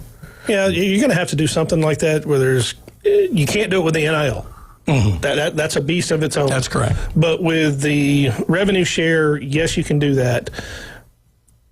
When you have a situation like what you had at Ole Miss, you have to sit down with those position players that are upset, and you have to go through a series of questions. Mm-hmm. With this new player, I know you're upset, Glenn, with the money that Brian's getting. Yeah. Does he make us a better team? That's the first question. That's right. You know my answer. Does he make us a better team? I know exactly. And if the guy goes, well, that's what it took to get him. Yeah. Right. I understand that. Yeah. If he says no, then go tell me why he doesn't make us a better team. Right. Well, I know that, but how many linemen do you have versus how many backs and all that stuff? So, and my thing is the guys that really should be upset are the kickers. How much are they getting? I mean, and I'm just playing, but I get it. Yeah. So, how many do you have on the team? I mean, I know one year I kicked off at Middle Tennessee, and then they try to make tackle him. Hey, you don't do that. We got plenty of those guys. Here's something that's going to happen. When it does, we don't know. But there's going to be a kicker, a quarterback, a receiver. There's going to be somebody on a team, and it's going to come to a big game, and they're going to go, I haven't got my check yet. Mm-hmm. I'm not going on the field. Mm-hmm. It's going to happen. 100%. And I do know with certain colleges, I'm not going to say them on air, that some of the NIL checks came late. Yeah. And it affected the performance of players on the field because they're like, if I'm not getting paid, I'm not playing. The other thing that's making this specific issue worse, there are reasons. All right, so NIL theoretically, in its essence, is about you being able to profit on your name, image, and likeness, obviously, NIL.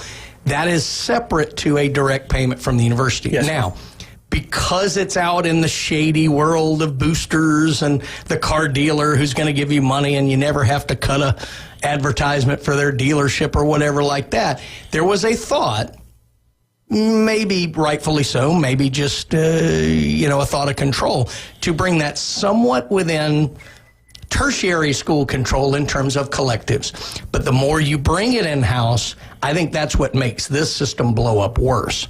If it was totally separate and out there on its own, it's like, look, he went out and hustled, he got his own deal. Because it's involved in this collective and there is definite cooperation within the program, that's how this thing blows up. So it's almost like you're kind of damned if you do, damned if you don't in the situation, because you want some level of control over it. But by the same token, by doing that, you create the jealousy issue. Yeah, and you've got, on both sides, you've got colleges and players both suing each other over NIL. Right. And once the courts start ruling on this, we're going to get more parameters as to how you can really do an NIL deal. Can the college even be a part of that to delineate who gets what? You know, we're going to send Glenn over here to Reebok, but Brian, we're going to give you Adidas because you got a prettier face. You know, of course, that's true too. But I mean, that's what we're looking at. Right. A college going, you true. get this, Yeah, you get true. that. They pay more. If you want more, go sell yourself. Right. And NIL should be about that guy promoting himself and selling himself on that level. I've said it a million times. The real hell of this is that we're in the middle of the sausage-making process here. Correct. And it's going to be ugly for a while. However it ends up resolving itself, we're in the middle of it now, and it's never going to look nice until it's somewhat resolved. Well, anyway, I want to thank Steverson Air Conditioning for their sponsorship of the Alabama Update here. Also want to talk about J. Michael's Restaurant. Get out there and have yourself a great meal and some great beer at J. Michael's Restaurant. I know I'll be there this Wednesday for Spaghetti Wednesday, but they always have great lunch specials, great dinner specials. Get out to J. Michael's Restaurant. And John, Valentine's Day right around the corner there. Don't wait till the last minute. Get out and see who. David Adamson, designer jewelry. Take your jewelry out there. Have a free cleaning, free jewelry inspection. Also, good idea is to go and check out their new selection for Valentine's Day. But if you got something for Christmas, a ring or a bracelet or something like that doesn't quite fit right, they can make it a size larger or they can make it a size smaller, and they do it all right there in-house. David Adamson, designer jewelry, 830 Highway 77, Lynn Haven. When we come back from the break, we're going to head over to the Plains going across the state of Alabama to talk about those Auburn Tigers. And Glenn's got his tail wagging now. Ooh, you. There we go. You're listening to Coach James Hale Show, ESPN Northwest Florida.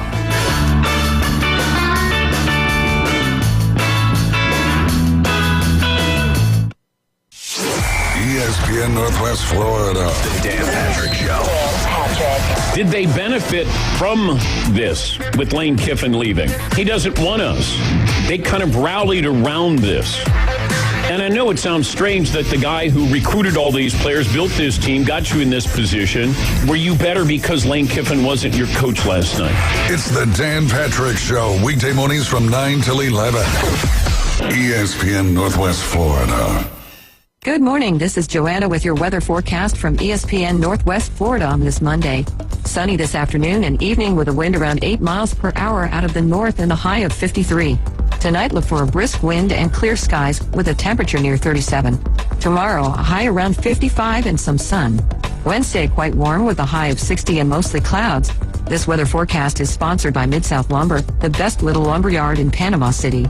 Thank you for listening to ESPN Northwest Florida. Rely on it. At Brock Lawn and Pest Control, we're proud to be awarded the distinction of being Quality Pro certified. Our technicians have passed rigorous training in eco-friendly application and prevention of pest treatments.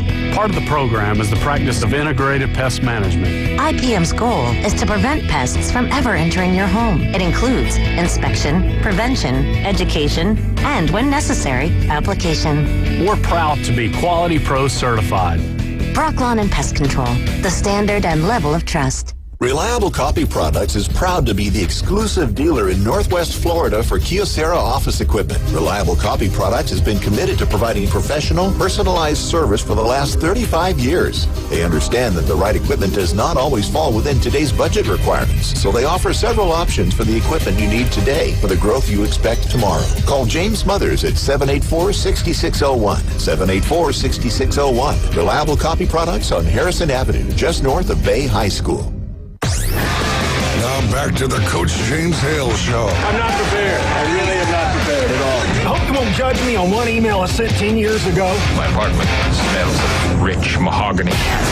Live from the J. Michael Studio. 104.3 ESPN Northwest Florida. Whoa!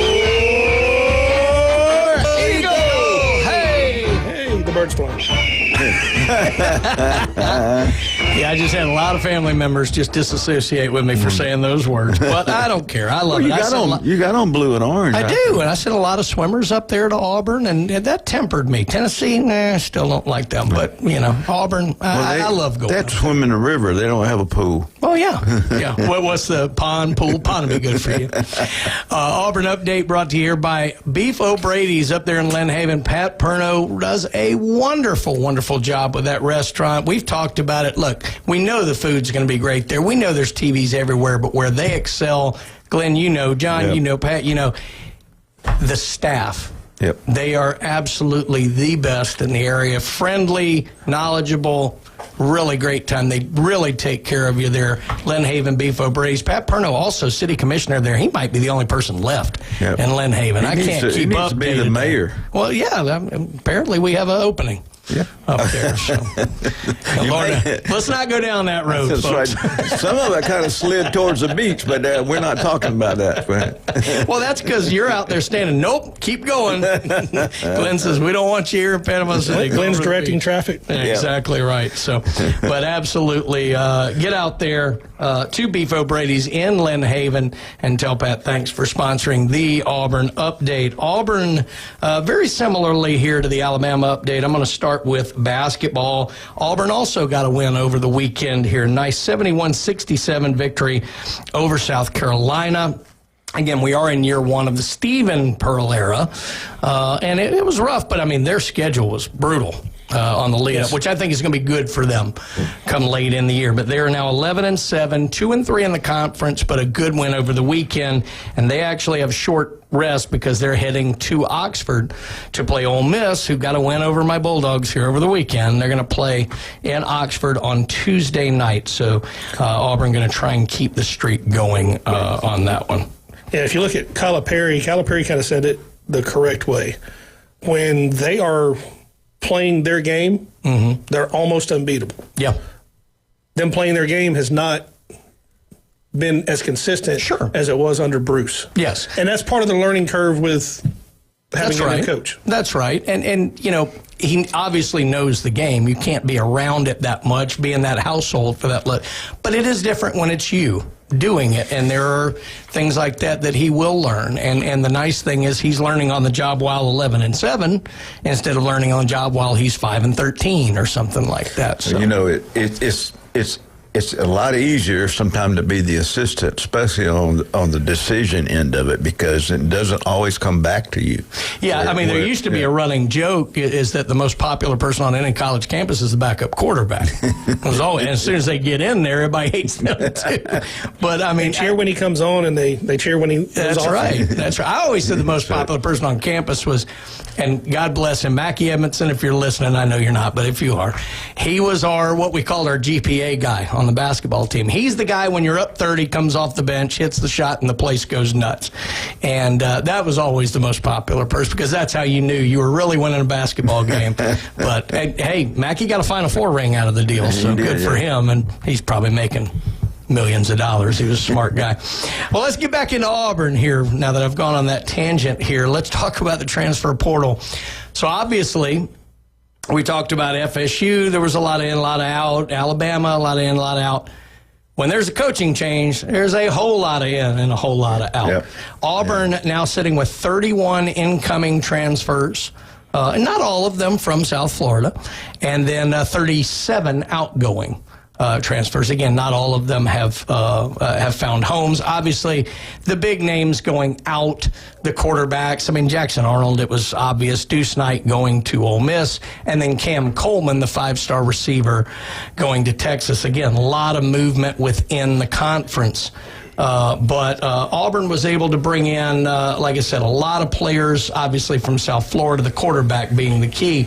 But You've got a couple of guys from Ole Miss coming in. You have players from LSU coming in. Scrap Richardson, which I love the name, coming in from Notre Dame. UCLA. Let's see, who else do we have? Baylor. More South Florida, obviously. Some Oregon State, some Michigan State, Missouri. Edge rusher Nate Johnson coming in from there. Arizona. James Madison. So, hey, playoff experience there. Joseph Simmons, offensive tackle. Byron Brown's going to be the key, I think, for next year, because if you're Alex Golish, and everybody, seems pretty, happy about that, but obviously you've lost some players. Anything you can do to stabilize your first year as a new coach is good, and that always starts with the quarterback position. This marriage, if you will, worked really well at South Florida. Now, to be fair, while South Florida played some good schools, I mean, they played Florida, they played Miami, they had a good schedule. They didn't have an SEC schedule. So is it enough of it's these two together have a really good system, or is it based on necessarily they may not have been playing the best? So here's a key thing that I think is going to be beneficial to him, because it's one step further than that. Mm-hmm. It's not just the quarterback. He brought 5 wide receivers from South Florida with him. Yeah. So there's a lot of continuity there with the wide receivers. They also brought a couple of their offensive linemen. Mm-hmm. So it's not the entire offense, but you got a familiarity as you run routes, in timing, in all that. That's not just between now and the first game.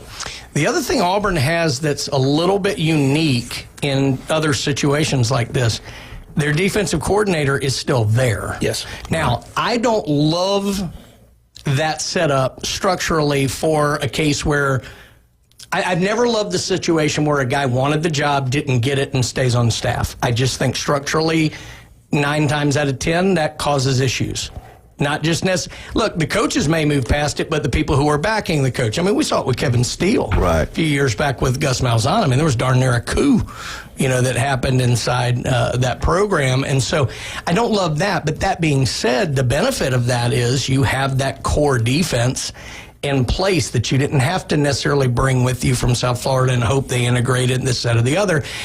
And to be fair, what Auburn did really well last year, generally, for the whole year, was play defense. It kept them in a lot of games they should have won. And, depending on, which team you pull for, a lot of games they probably did win and maybe had some black and white uniforms go against them.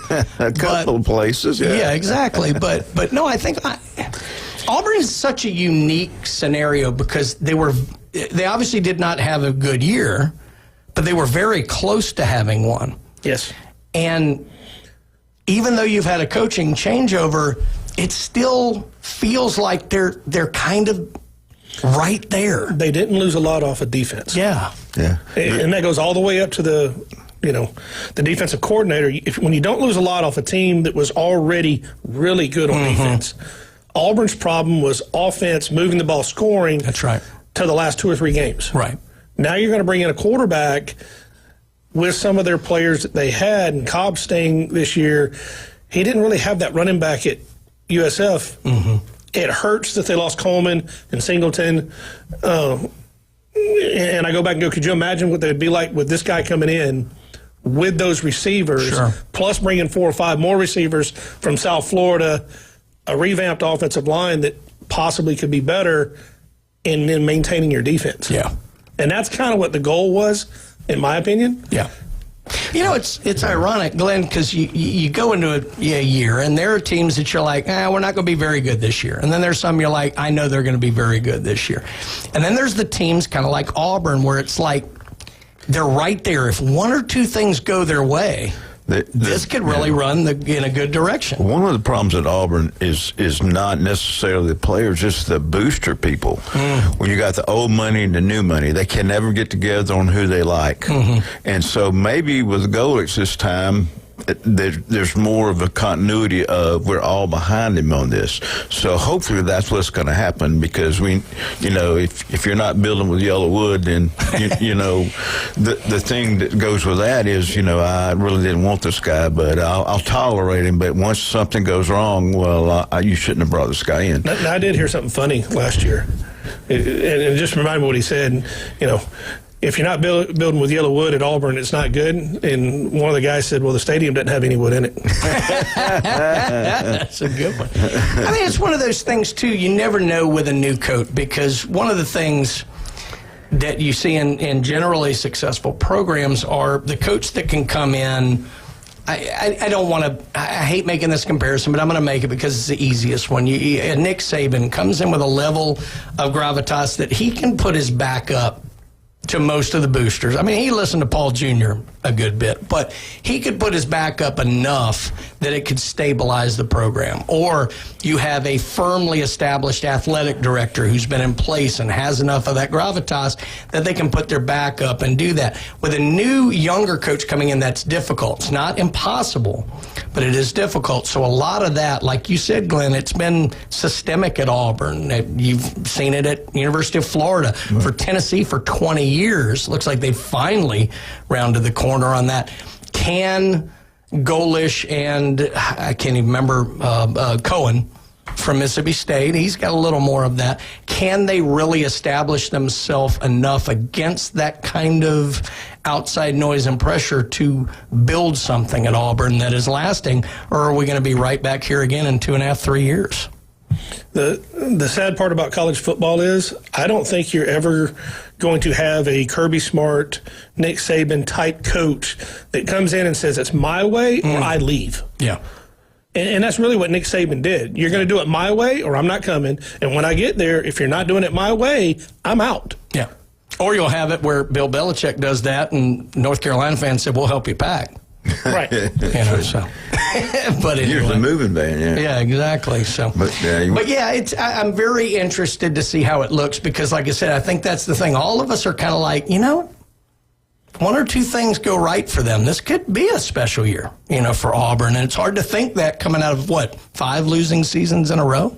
It's amazing to think that that's happened at Auburn University. I don't think, and the other thing, too, with Golish, he doesn't bring right now, I don't seem to see any baggage that comes in with the stigma of that. Sure. Hugh Freeze had to come in and prove some of that things were not right. Yeah. So they were looking for the least little thing to push him away a little bit. Sure. So, well, even Harrison, kind of the same way. Everybody, when he got hired, was like, oh, he's not a good fit there. Yeah. I mean, it was already, as soon as the hire was, he shouldn't be there. Mm-hmm. And then you bring in Freeze, and then they're going, oh, but look at what he did over here at Ole Miss. Mm-hmm. That's bad. Right. And now you got Golish coming in, they're like, oh, this is great. Yeah.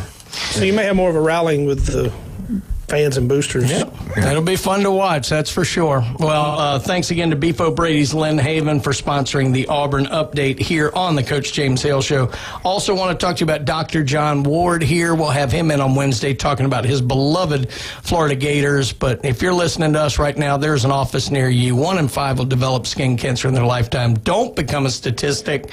The best way to prevent against skin cancer is by regular screenings, and you can do that at dermatology specialists. Give Dr. Ward a call. Steve Burdishaw there at Steve's Bike Shop, 23rd Street across from Sam's. You want a new bike, you want one of those fancy electric bikes, you need to just get some repair work done.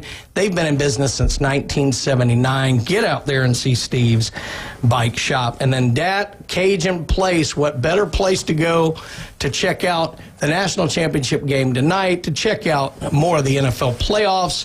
Get out there to Dat Cajun Place. Enjoy their fine menu and their fine libations as well. Dat Cajun Place. When we get back, let's pivot over and talk about it. We got a national championship game tonight, guys.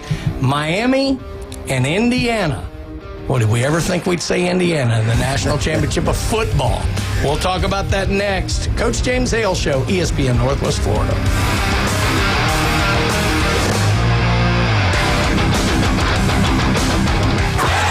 4.3 ESPN Northwest Florida is your spot for college basketball. And it goes in at the buzzer. Got it. Listen to select games from the LSU Tigers, Florida Gators, the Auburn Tigers, and the biggest games around the country play here. Three-pointer, puts it in. Oh, you saw that coming, Raph. The most live college basketball on the Panhandle. Game is over.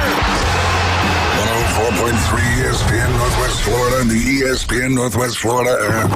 time to live life grand at the new Point Grand Panama City apartment home. Now leasing spacious 2-bedroom apartments at Point Grand, featuring high-end interior and modern amenities like a relaxing pool, 24-hour gym, and on-site pet spa. Pet friendly at Point Grand. No breed restrictions, no weight restrictions. Come on over and tour the brand new Point Grand and bring your buddy. 723 West 19th Street, Panama City. Pop in now. 723 West 19th Street. Are you living with chronic pain, anxiety, or sleepless nights? You don't have to just get by. You deserve to thrive. At Thrive Alternative Medicine on Panama City Beach Parkway, Dr. Laughlin and counselor Suzanne Clark provide a compassionate path to relief. From medical marijuana card certifications to professional mental health counseling, managing conditions like PTSD, chronic pain, and the complexities of cancer. Book online at thrivealternativemedicine.com. thrivealternativemedicine.com. Find the relief you deserve. Contractors, when your job site needs materials fast, trust the local team that delivers. Mid-South Lumber Company brings you reliable job site delivery, in-house credit, and competitive pricing on everything from lumber to doors, windows, and more. Plus, their unmatched customer service has your back through every step of the build, making ordering, delivering, and the whole process easier for you. Support local. Build with Mid-South Lumber Company. Mid-South Lumber in Panama City on 11th Street or on Highway 231 in Youngstown. The Coach James Hale Show is live and local from the J. Michaels Studio. Boss, I got good news and bad news. Well, what's the bad news? Your hat's on fire. ESPN Northwest Florida.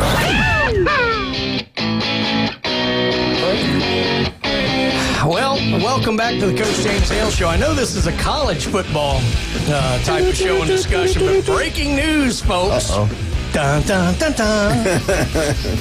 The Bills have apparently fired Coach Sean McDermott after their playoff loss. God, it was like 90-something and 50 or something. But I'm a little surprised in general, but certainly after the two hottest candidates out there just announced their plans, like Harbaugh's going to the Giants and Kevin Stefanski's going to the Falcons, but a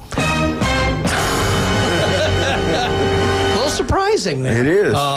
It is. That one caught us a little off guard there, but, sometimes you react emotionally to a loss, and the Bills have been getting close, and I don't know. I did not see McDermott fumble any time during that game. Enough. He didn't even drop his clipboard. Fair enough. But anyway, there's another NFL coaching opening. So start the Marcus Freeman to the NFL talk. Spin the wheel. That's right. Maybe Kurt Signetti is going to get questioned about it. No, tonight. He's already said no, he wasn't there going. You go. Well, let's pivot over and start talking a little bit I have about. an interesting factoid. Oh, okay. Let's go. Okay, I did a little math, which I'm not very good at. But if you take for this game tonight, the cheap parking spots, which are what, $300 plus, right? And you take the nosebleed seats, which is $2,700, up to good seats for $4,300, something like that. Now, if you take those two numbers right there and you tally them up together, and then you take a average 3-hour long football game, your spend, and now this is not counting timeouts and injury timeouts, Sure. and this is not counting buying food or anything like that, or any kind of souvenirage or anything like that. You are spending $15 per minute to be at that game. Wow. I want to know what souvenirage is. Souvenir? You don't know what souvenirage is? Souvenirage? Yeah, it's buying a $100 T-shirt. I think when I was in Southeast Asia, I got shot. And a $40 game program and a $19 beer. I know. Now think about this. Tonight when they pan the stadium, can't hide money. Oh, Yeah. So when we see the color out there, everybody talks about Indiana doesn't have money. If they fill that stadium, that will be 3 major games in a row where they have had the majority of the fans. I thought Can't hide money. It's been, 135 years since they've come to any kind of playoff I can situation? tell you, I know that game's in Miami. I think that's going to be a majority red. Yeah, because it's snowing in Indiana. They don't want to be out there. But, the thing is, Mark Cuban bought all the tickets for them. Yep. Hey, So, but anyway, I saw where some tickets were like, 19,000 or something? And that's why it's what it is. It's not to say Miami's not excited. I went with They've turned lower out prices and average But prices. the reason this ticket is so tough is Indiana fans are like, we have never seen this and we may never see this. We're going to buy them. We're going. And, I mean, I know one, he's a buddy of mine. He's a big Alabama fan, too, but he went to Indiana. He drove from Birmingham down to Miami, and he's going to be at the game. He went out to the Rose Bowl game against Alabama, so he's seen them, and it's like you said, they're going to hold $100,000 just to watch a couple of games. But he's going to feel a part of it. Hey, he can literally say "we" at the end of it. There you go. He's going to feel a part of it for a long time. Well, paying that bill. So this game is interesting, and I do want to highlight the fact that in a weird way it feels a little bit lost. I don't like Monday games in general. Not with college. I mean, you're used to it with the NFL. College is a Saturday kind of game. And look, it goes back to that ethos of you look forward to the weekend. No one looks forward to Monday, even if it's a holiday. No one looks forward to Monday. And plus, I have been just inundated with football Yes. because of the games, the NFL games over the weekend. 2 good weekends of NFL playoffs. This past one had 2 great games and 2.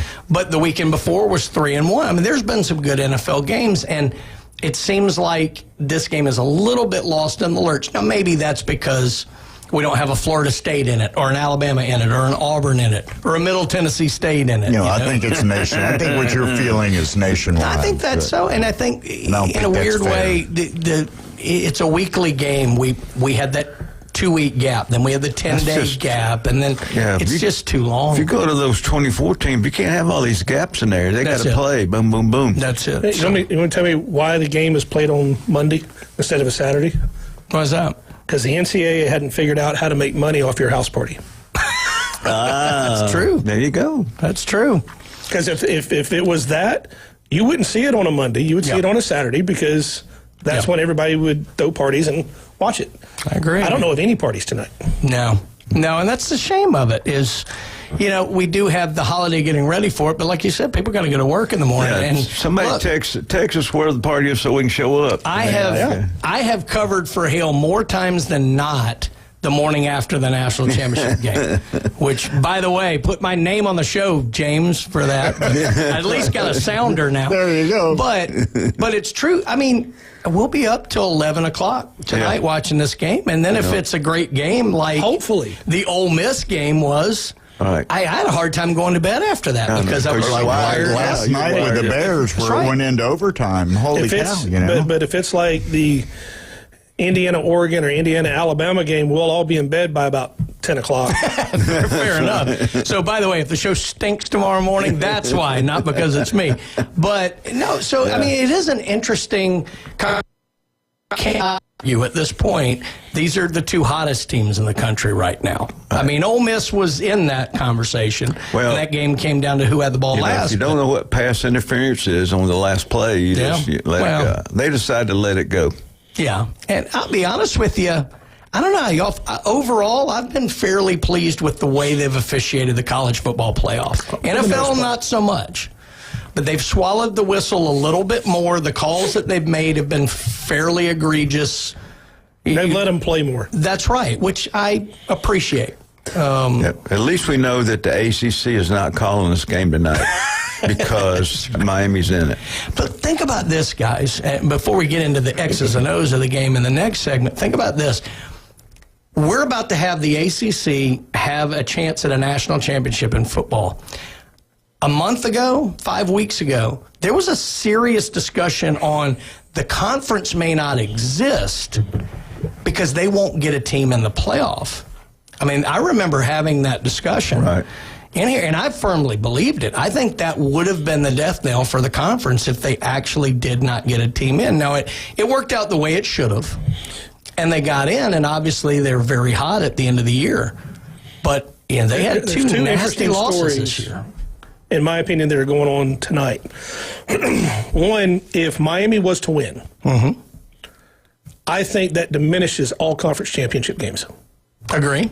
Immediately, because now you got a national champion who didn't even play in the game. Sure. So it promotes not having it. Well, 3 of the 4 teams in the semis didn't play in their conference championship. The other one is the thing of Indiana. If Indiana wins, yes, Miami has a ton of transfer portal guys, but they're not the transfer portal Cinderella. Correct. Indiana is. Correct. So if Indiana wins, now you have the other side of this promotes the transfer portal even more. So I think we got a double-edged sword as far as perspective. And to that point, we all know that, success breeds, people copycatting it. It's two different ways of looking at. Both teams are built through the portal. Yes. I think we agree on that. Right. But they're built differently. Miami was built with a lot of money, a lot of flashier athletes, and a lot of talent. Indiana's was built more with the go get the character guys with experience and the team cohesion of it. Which one wins out tonight? Because both of them are viable ways to get better. I said this last week. If Indiana wins, I think you're going to have a shift in college football. I think you're going to have schools that have never been competitive at the high level that are going to go, hey, we can go spend the money and in 2 years play for a national championship or in 3 years play for a national championship. And I used Liberty as an example because it has one of the largest student bodies and tons of money. How hard would it be for them to go out and buy a team? Yeah. And that's what we're talking about with the portal. With no cap on NIL, you got they could literally go out and say, okay, you're the best quarterback in college football. We'll give you $10 million. Well, who am I going to throw to? Oh, well, we're going out and getting the best wide receivers too. We're going to pay them $6-7 million apiece. Oh, now we're going to have the best offensive line. We're going to spend $150 million this year in the NIL. And people laugh when I say that and go, oh, that's not realistic. No, it is. Sure it is. I mean, you've got people donating up to Kansas. Had one donor that was the largest donation ever of $300 million this year. They have earmarked that money to have a sustainable revenue off of it that's going to produce almost $60 million a year by building hotels, conference centers, event centers, all around the stadium, restaurants that are going to be owned by that collective to make money every time people come to that game. It goes right back into it. It is amazing, and we were worried it was going to be the big boys getting bigger, and it was going to limit the number of teams. What an Indiana win could mean tonight, and nothing to take away from Miami, they haven't won in 20 years, but what an Indiana win could mean is that it truly is possible. We've gotten close. I wouldn't call Indiana Cinderella. They were in the playoff last year. TCU's the closest. TCU was the closest. Cincinnati made it. But the one I'd be looking at for next year to somewhat follow the Indiana model, though they've been splashing a little more cash, everything they said about Texas Tech after their loss to Oregon, if you put the word Indiana in and move the year one back, is exactly what they said about Indiana a year ago. And Texas Tech just had a very good portal again. And look at where they're at. They're in Texas, which means they have oil money. Yes, they do. And if you can pay $1 million for your softball pitcher. There you go. There you go. And she was worth every penny, by the way. Oh, yeah, I'm not saying that. I'll tell you who else is worth every penny. TK Vandy Roofing and Contracting. There you go, Kyle. There's your segue for the day. But seriously, you got any kind of issues with your roof? I mean, look, the last thing you want to do is get notice from your insurance company that they're going to drop you over this whole thing. Get out and talk to Kyle. They are the absolute best in the area. TK Vandy Roofing and Contracting. Max Fit Sports Nutrition.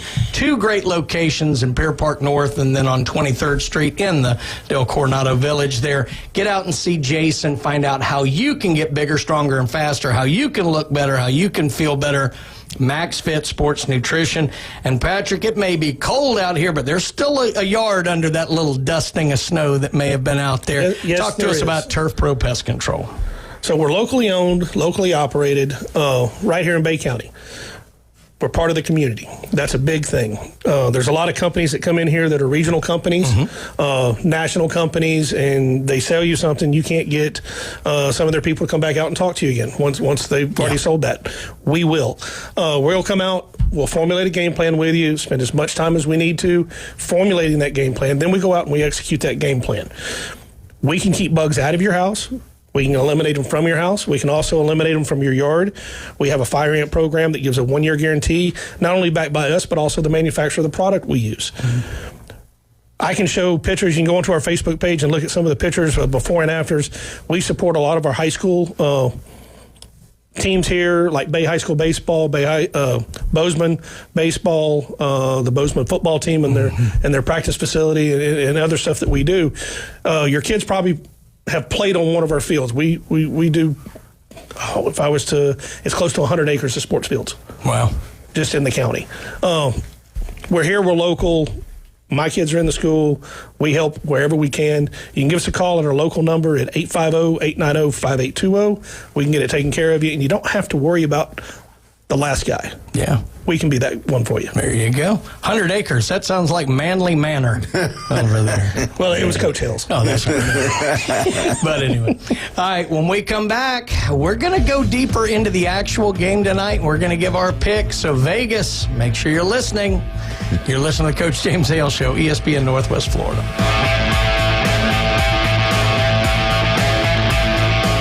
Have you ever wanted to reach out and smack someone? You can't fix stupid, but you can divorce it. The new Sports Blitz. Rants, hot takes, and huge reactions are incoming. And on behalf of 70% of the Alabama fan base, Feel the burn. we want a damn divorce. The Red 70s studio line. You cannot give LSU extra opportunities. 850-215-6290. ESPN Northwest Florida. He has not turned the ball over. Get in the game. Good morning. This is Joanna with your weather forecast from ESPN Northwest Florida on this Monday. Sunny this afternoon and evening with a wind around 8 miles per hour out of the north and a high of 53. Tonight, look for a brisk wind and clear skies with a temperature near 37. Tomorrow, a high around 55 and some sun. Wednesday, quite warm with a high of 60 and mostly clouds. This weather forecast is sponsored by Mid-South Lumber, the best little lumber yard in Panama City. Thank you for listening to ESPN Northwest Florida. Rely on it. Got a scratch, dent, or full-blown wreck? Bring it to Recommended Collision Center in Panama City. From small scratches to all-over paint jobs, from fender benders to major collisions, it's Recommended Collision Center. They work with all insurance companies and offer customer pay options too. A family-owned collision center that takes pride in top-quality repairs, friendly service, quick drop-off, and a fast turnaround. So when life throws you a wreck, they'll help you get amended. Recommended Collision Center, 1329 Jinx Avenue, Panama City. Discover your next adventure at Bill Bird Kia, where the road is yours. Start the new year in a brand new Kia from Bill Bird Kia. And don't miss this limited time offer on the purchase of a stunning new 2025 Kia K4 with sporty style, spirited performance, and 2.9% APR for up to 48 months. Thinking about the iconic Kia Soul? The 2025 model delivers its unmistakable silhouette and massive cargo space. It's the last of its kind. Purchase a new 2025 Kia Soul and get 3.9% APR for up to 60 months. But hurry before it's all gone. You get the perfect balance of comfort, safety, and technology. Bill Bird Kia, the home of the 20-year, 200,000-mile warranty. Stop by and see us today at 2435 East 15th Street or anytime at BillBirdKiaPanamaCity.com. Offer from Kia Finance America for the purchase of a new 2025 Kia K4 with $2209 per month per 1,000 financed in 48 months, or a new 2025 Kia Soul with $1837 per month per 1,000 financed in 60 months. Quantities are limited. Cannot be combined with other finance offers. New vehicles only. Not available on balloon finance. The 20-year, 200,000-mile warranty is a Bill Bird Kia warranty. See dealer program we contain. Offer for well-qualified buyers. Must take delivered from dealer stock through 2226. Welcome to It's the Coach James Hale Show. But I believe diversity is an old wooden ship that was used during the Civil War era. Live from the J. Michael Studio, 104.3 ESPN Northwest Florida. And welcome back to the Coach James Hale Show. Brian Haddad sitting in today for Coach on this National Championship Monday. Also, again, just a quick reminder, MLK Day today. You know, I said it earlier, I would go out and just, you know, contemplate and watch some of the great things that... And no mail and no banks. Absolutely. That's right. Forget about doing any kind of business. So interestingly enough, when we talk about the national championship game here, I had pulled this up, and I always thought the late money would come in on Miami, and the line had opened at 8.5. According to ESPN, earlier today when I turned it on, it had dropped to 7.5. I just looked. It is back to 8.5. So we have some late smart money, if you will. It looks like coming in on Indiana today. Over under at 47.5. If you want to take Miami on the money line, you're getting plus 260, which is pretty good return for an outright win. So, guys, let's get into it. We got about 5 minutes here. Glenn, I'll start with you. What do we think about the game tonight? Indiana versus Miami. Well, I like Indiana because they have a quarterback that actually goes to class. So, no. Well, Carson Beck will tell you he's been graduated for 3 years. I know. He's working on 2 other degrees. Was he trying to stir something up? Yeah. Or not, but I just, the way they're rolling it right now, even though ACC team, legitimate, making them a legitimate conference again. I just think the way they're rolling, the confidence they have. I know they've been in a few tight spots, but when they made the catch against Penn State, I'm like, they're doing that. And it just seemed, when I watched the offensive defensive line, they just seem to be whatever. And now Miami's got a good defensive line because, they got those bookend guys. But one of them's hurt. Yeah. But the thing, too, is, he hurt again. Mesidor, They pass him off like they're supposed to. That he has a good pocket to stand in, and he can run if he wants to or he has to. So I just think right now, I think they're just a little more warm, not hot than Miami. I just think that they've proved all along that they're going to be there. Sure. And they come along and beat Oregon twice. Yeah. So. That's just my opinion. All right, so Glenn's got Indiana. As an ACC person, I would like to see Miami. I think Miami is more talented on both sides of the ball. But I'm going to go back to a Coach Hale type scenario. Who's more disciplined? Yeah. In their assignments for each position, and that's Indiana. And I think what's going to happen with some of the people that are missing on the Miami defense, they've got a defensive back that is completely out, another one that's suspended for the first half, a defensive lineman that's not going to be there, or possibly a game-time decision. I just think the discipline and the team unity that Indiana has, that they will win the game. It's interesting. I've been following this really, really close to the college football playoff. This has been a good playoff for college football. I mean, some of them have been, and look, the Alabama-Indiana game, the Oregon-Indiana game were not very fun. Short of that, there have been some great games in this playoff. It's been fun to watch. The thing with Indiana is they don't make mistakes. They give you nothing. You have to play nearly flawless. Now, Miami had a half of that against Ohio State. I thought that was as close to flawless football as I've seen all year, that first half against Ohio State. But getting that to go a whole game is one thing. Also, the thing that worries me a little about Miami, they were so physically beaten up in that Ole Miss game. They laid it all out on the field. A lot of it were hits they were laying out. Mesidor was playing with one arm by the end of that game. They got a DB out. They got another DB who has to sit out the first half for the targeting call, which I don't like how that carries forward, but nonetheless.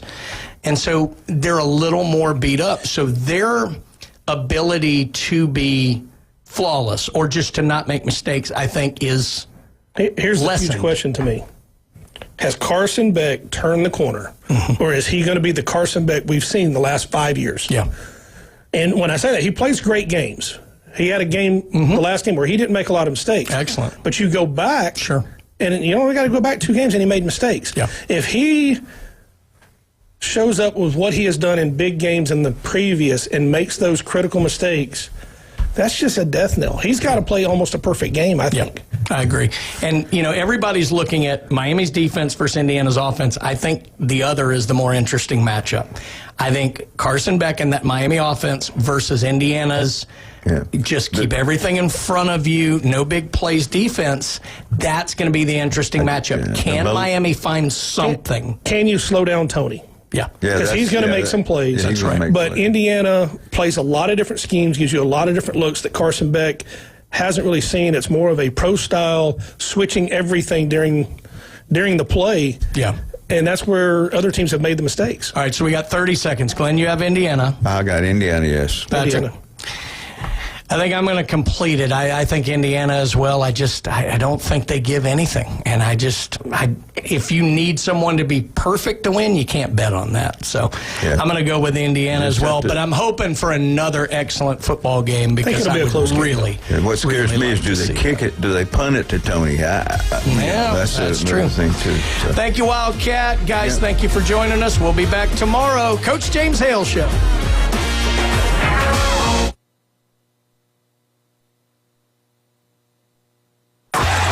104.3 ESPN Northwest Florida is your spot for college basketball. And it goes in at the buzzer. Got it. Listen to select games from the LSU Tigers, Florida Gators, the Auburn Tigers, and the biggest games around the country play here. Three-pointer. Punch it in. Oh, you saw that coming, Rap. The most live college basketball in the Panhandle. Game is over.